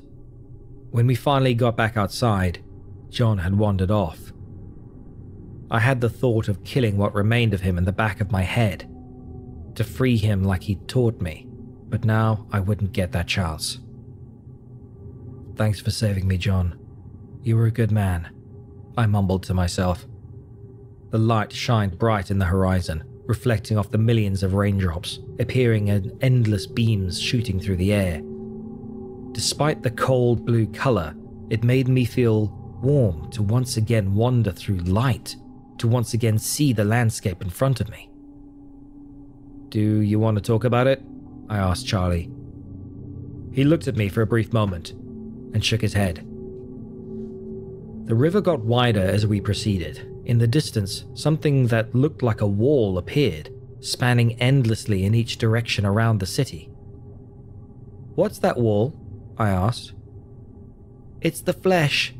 That's where the dark territory begins, he responded quietly. Faint clicking sounds could be heard in the distance, distorted echoes coming from whatever lurked in the rain. A few empty people wandered alongside us on our journey. Too many to kill, and they seemed oblivious to our company.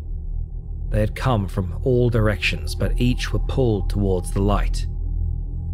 On the road, several emaciated figures lay motionless. They had become too weak to move. Only their blinking eyes proved that they were still alive. When we got close enough to see the wall, I could make out figures. Limbs, viscera, and torn flesh made out the majority of the wall. Charlie barely acknowledged the horror before us, unafraid and apathetic to it. If he was just a brave kid or on the brink of turning empty, I couldn't tell. Some empties were trying to climb the wall, but its slippery surface caused them to slip and sink into the meat-filled mass. The only opening was by the river. Piles of dead people littered the water, but the wall wasn't as thick around it. We could pass easily enough. As we walked around the riverside, the clicking got louder. It was rhythmic and split up into intervals. Though I couldn't exactly determine its origin, it came from several directions, as if something was communicating.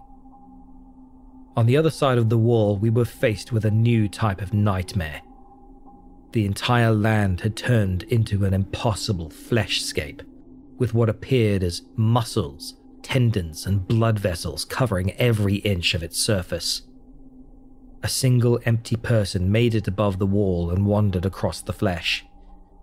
Tendrils entangled in vessels reached out from the ground and grabbed onto the empty, bringing them down to the ground, slowly consuming and merging them with itself.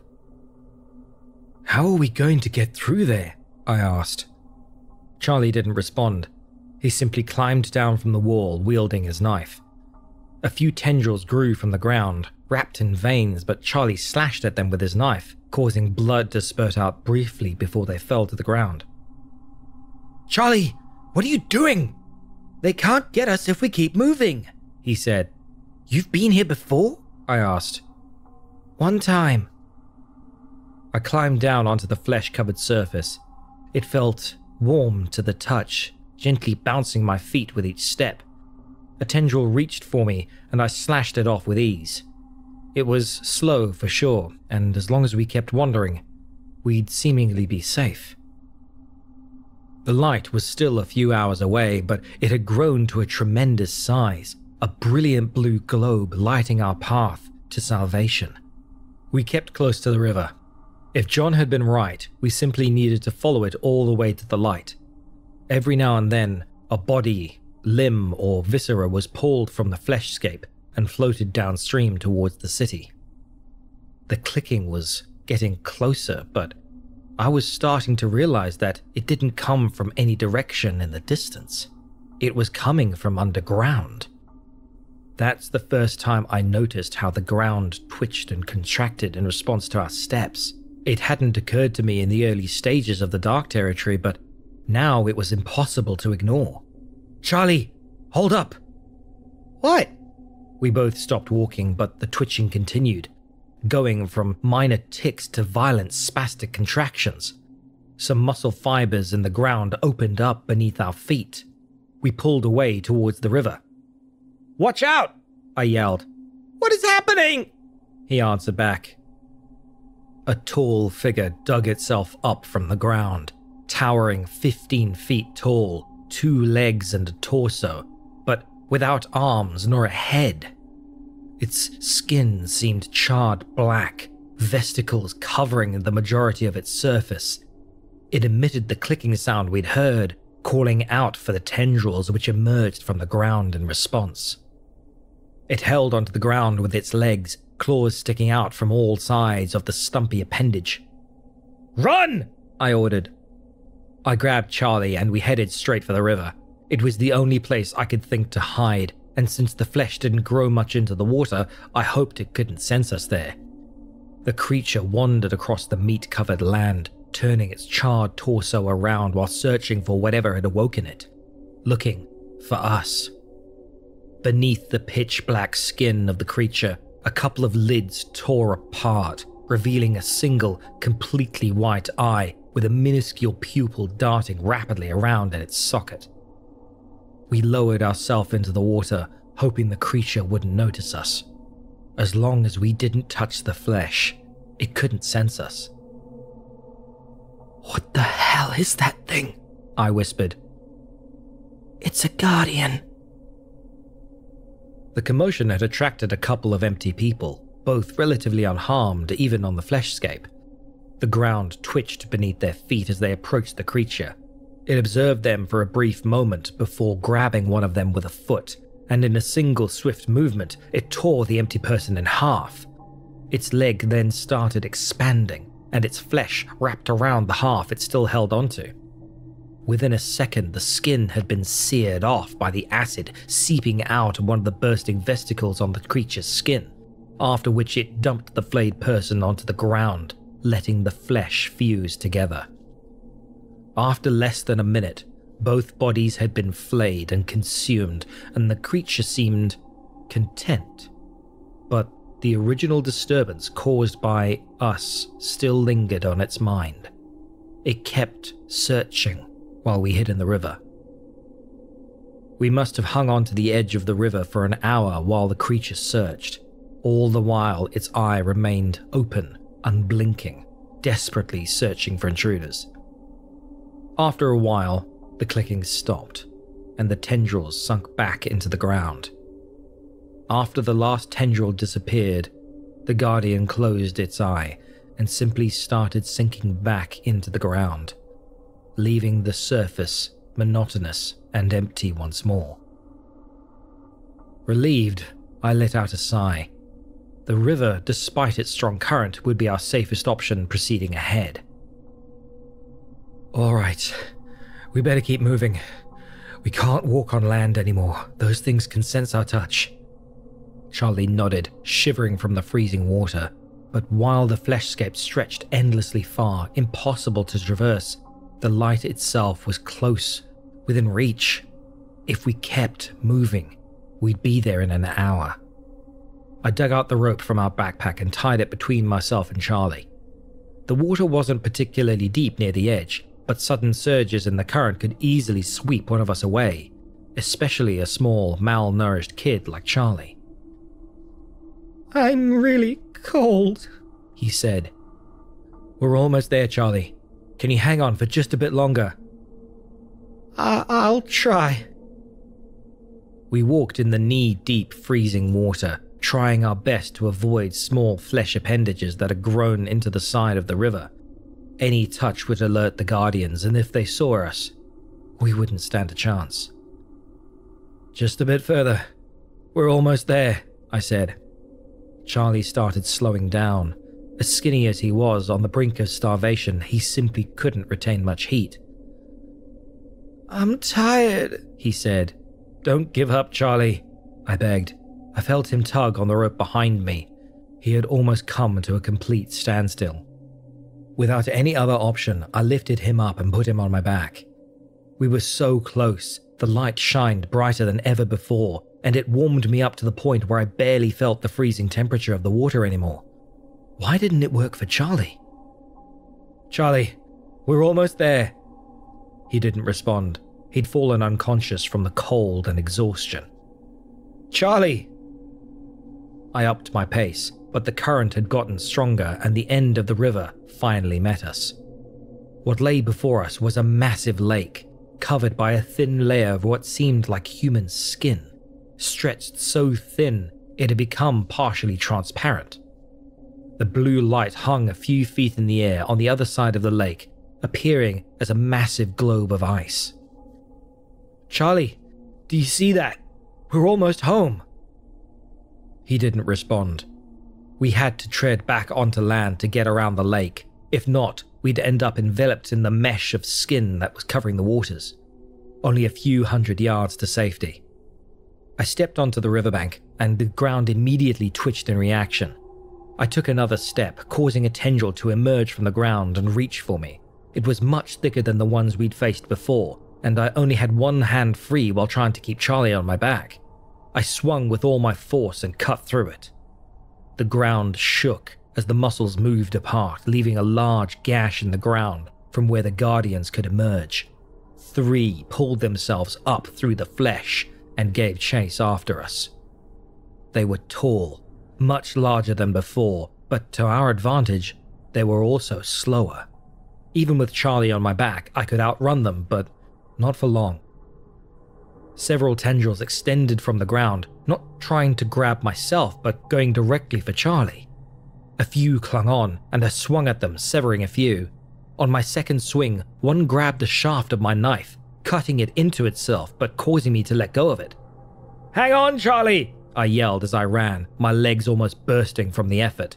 The Guardians seemed bizarrely slow, quickly giving up on the chase as we got closer to the light.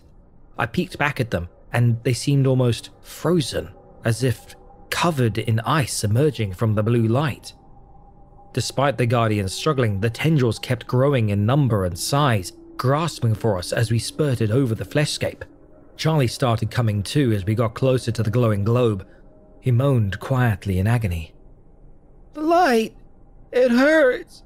he called out as we got closer. It was horribly bright, almost blinding, yet nothing could compare to the beauty, its magnificent contrast to its horrible surroundings. Whatever pain it caused Charlie, it was better than staying behind to be flayed by the monsters. One of the tendrils caught my leg, causing me to stumble to the ground and dropping Charlie. Another grabbed him where he lay on the ground. I kicked and tore at its flesh. Finally, it let me go, but it had grabbed Charlie around his neck, choking away what little life he had left. Even with all my force, I couldn't tear it away, and as a last resort, I simply bit it. A metallic taste flooded my mouth as blood spurted from the twisted appendage.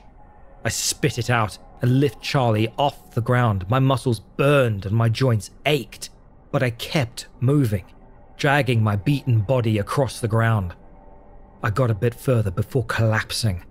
The light hung just a few feet above us, but I couldn't bring myself back to my feet. I reached out my hand, trying to grab the light, and suddenly, I felt the ground give in beneath me. We were lifting up towards it. "We made it, Charlie," I said, on the brink of passing out. The blue light started enveloping us. All the pain and fear that had filled my body started to vanish. I looked for Charlie. I held onto his hand, but I couldn't see him anymore. "Charlie!" The last thing I heard was a scream of agony coming from Charlie. He was falling back through the light towards the fleshscape. I frantically tried to grab onto him, but the light was too bright. I couldn't see. I couldn't hear nor feel at all anymore. It was as if the world had been erased, and myself with it. Then I fell. Even now, I can't tell how far I fell. It could have been a few feet, it could have been miles. All I remember was hitting the ground hard, my body breaking as I landed in a different world. I lay motionless, unable to breathe. As my vision returned, I saw a brilliant blue sky, cloudless, only decorated with our yellow, majestic sun. I laughed. I was back. I was safe. After a horrific ordeal, I could finally rest, and with that, I let myself pass out. They found me laying in the middle of a football field, 2 broken legs, a few ribs and multiple vertebrae, bruises, torn ligaments, and a punctured lung. I had been beaten up quite badly by the fall, but despite it all, I'd survived. "Charlie, we made it," were the first words I spoke as I woke up a couple of days later in the hospital. "Who's Charlie?" the doctor asked as he checked my vitals. The kid I came through the portal with. Where is he? Where's Charlie?" The doctor laughed. "Your name is Peter Matthews, correct?" I nodded my head, pain radiating down my spine.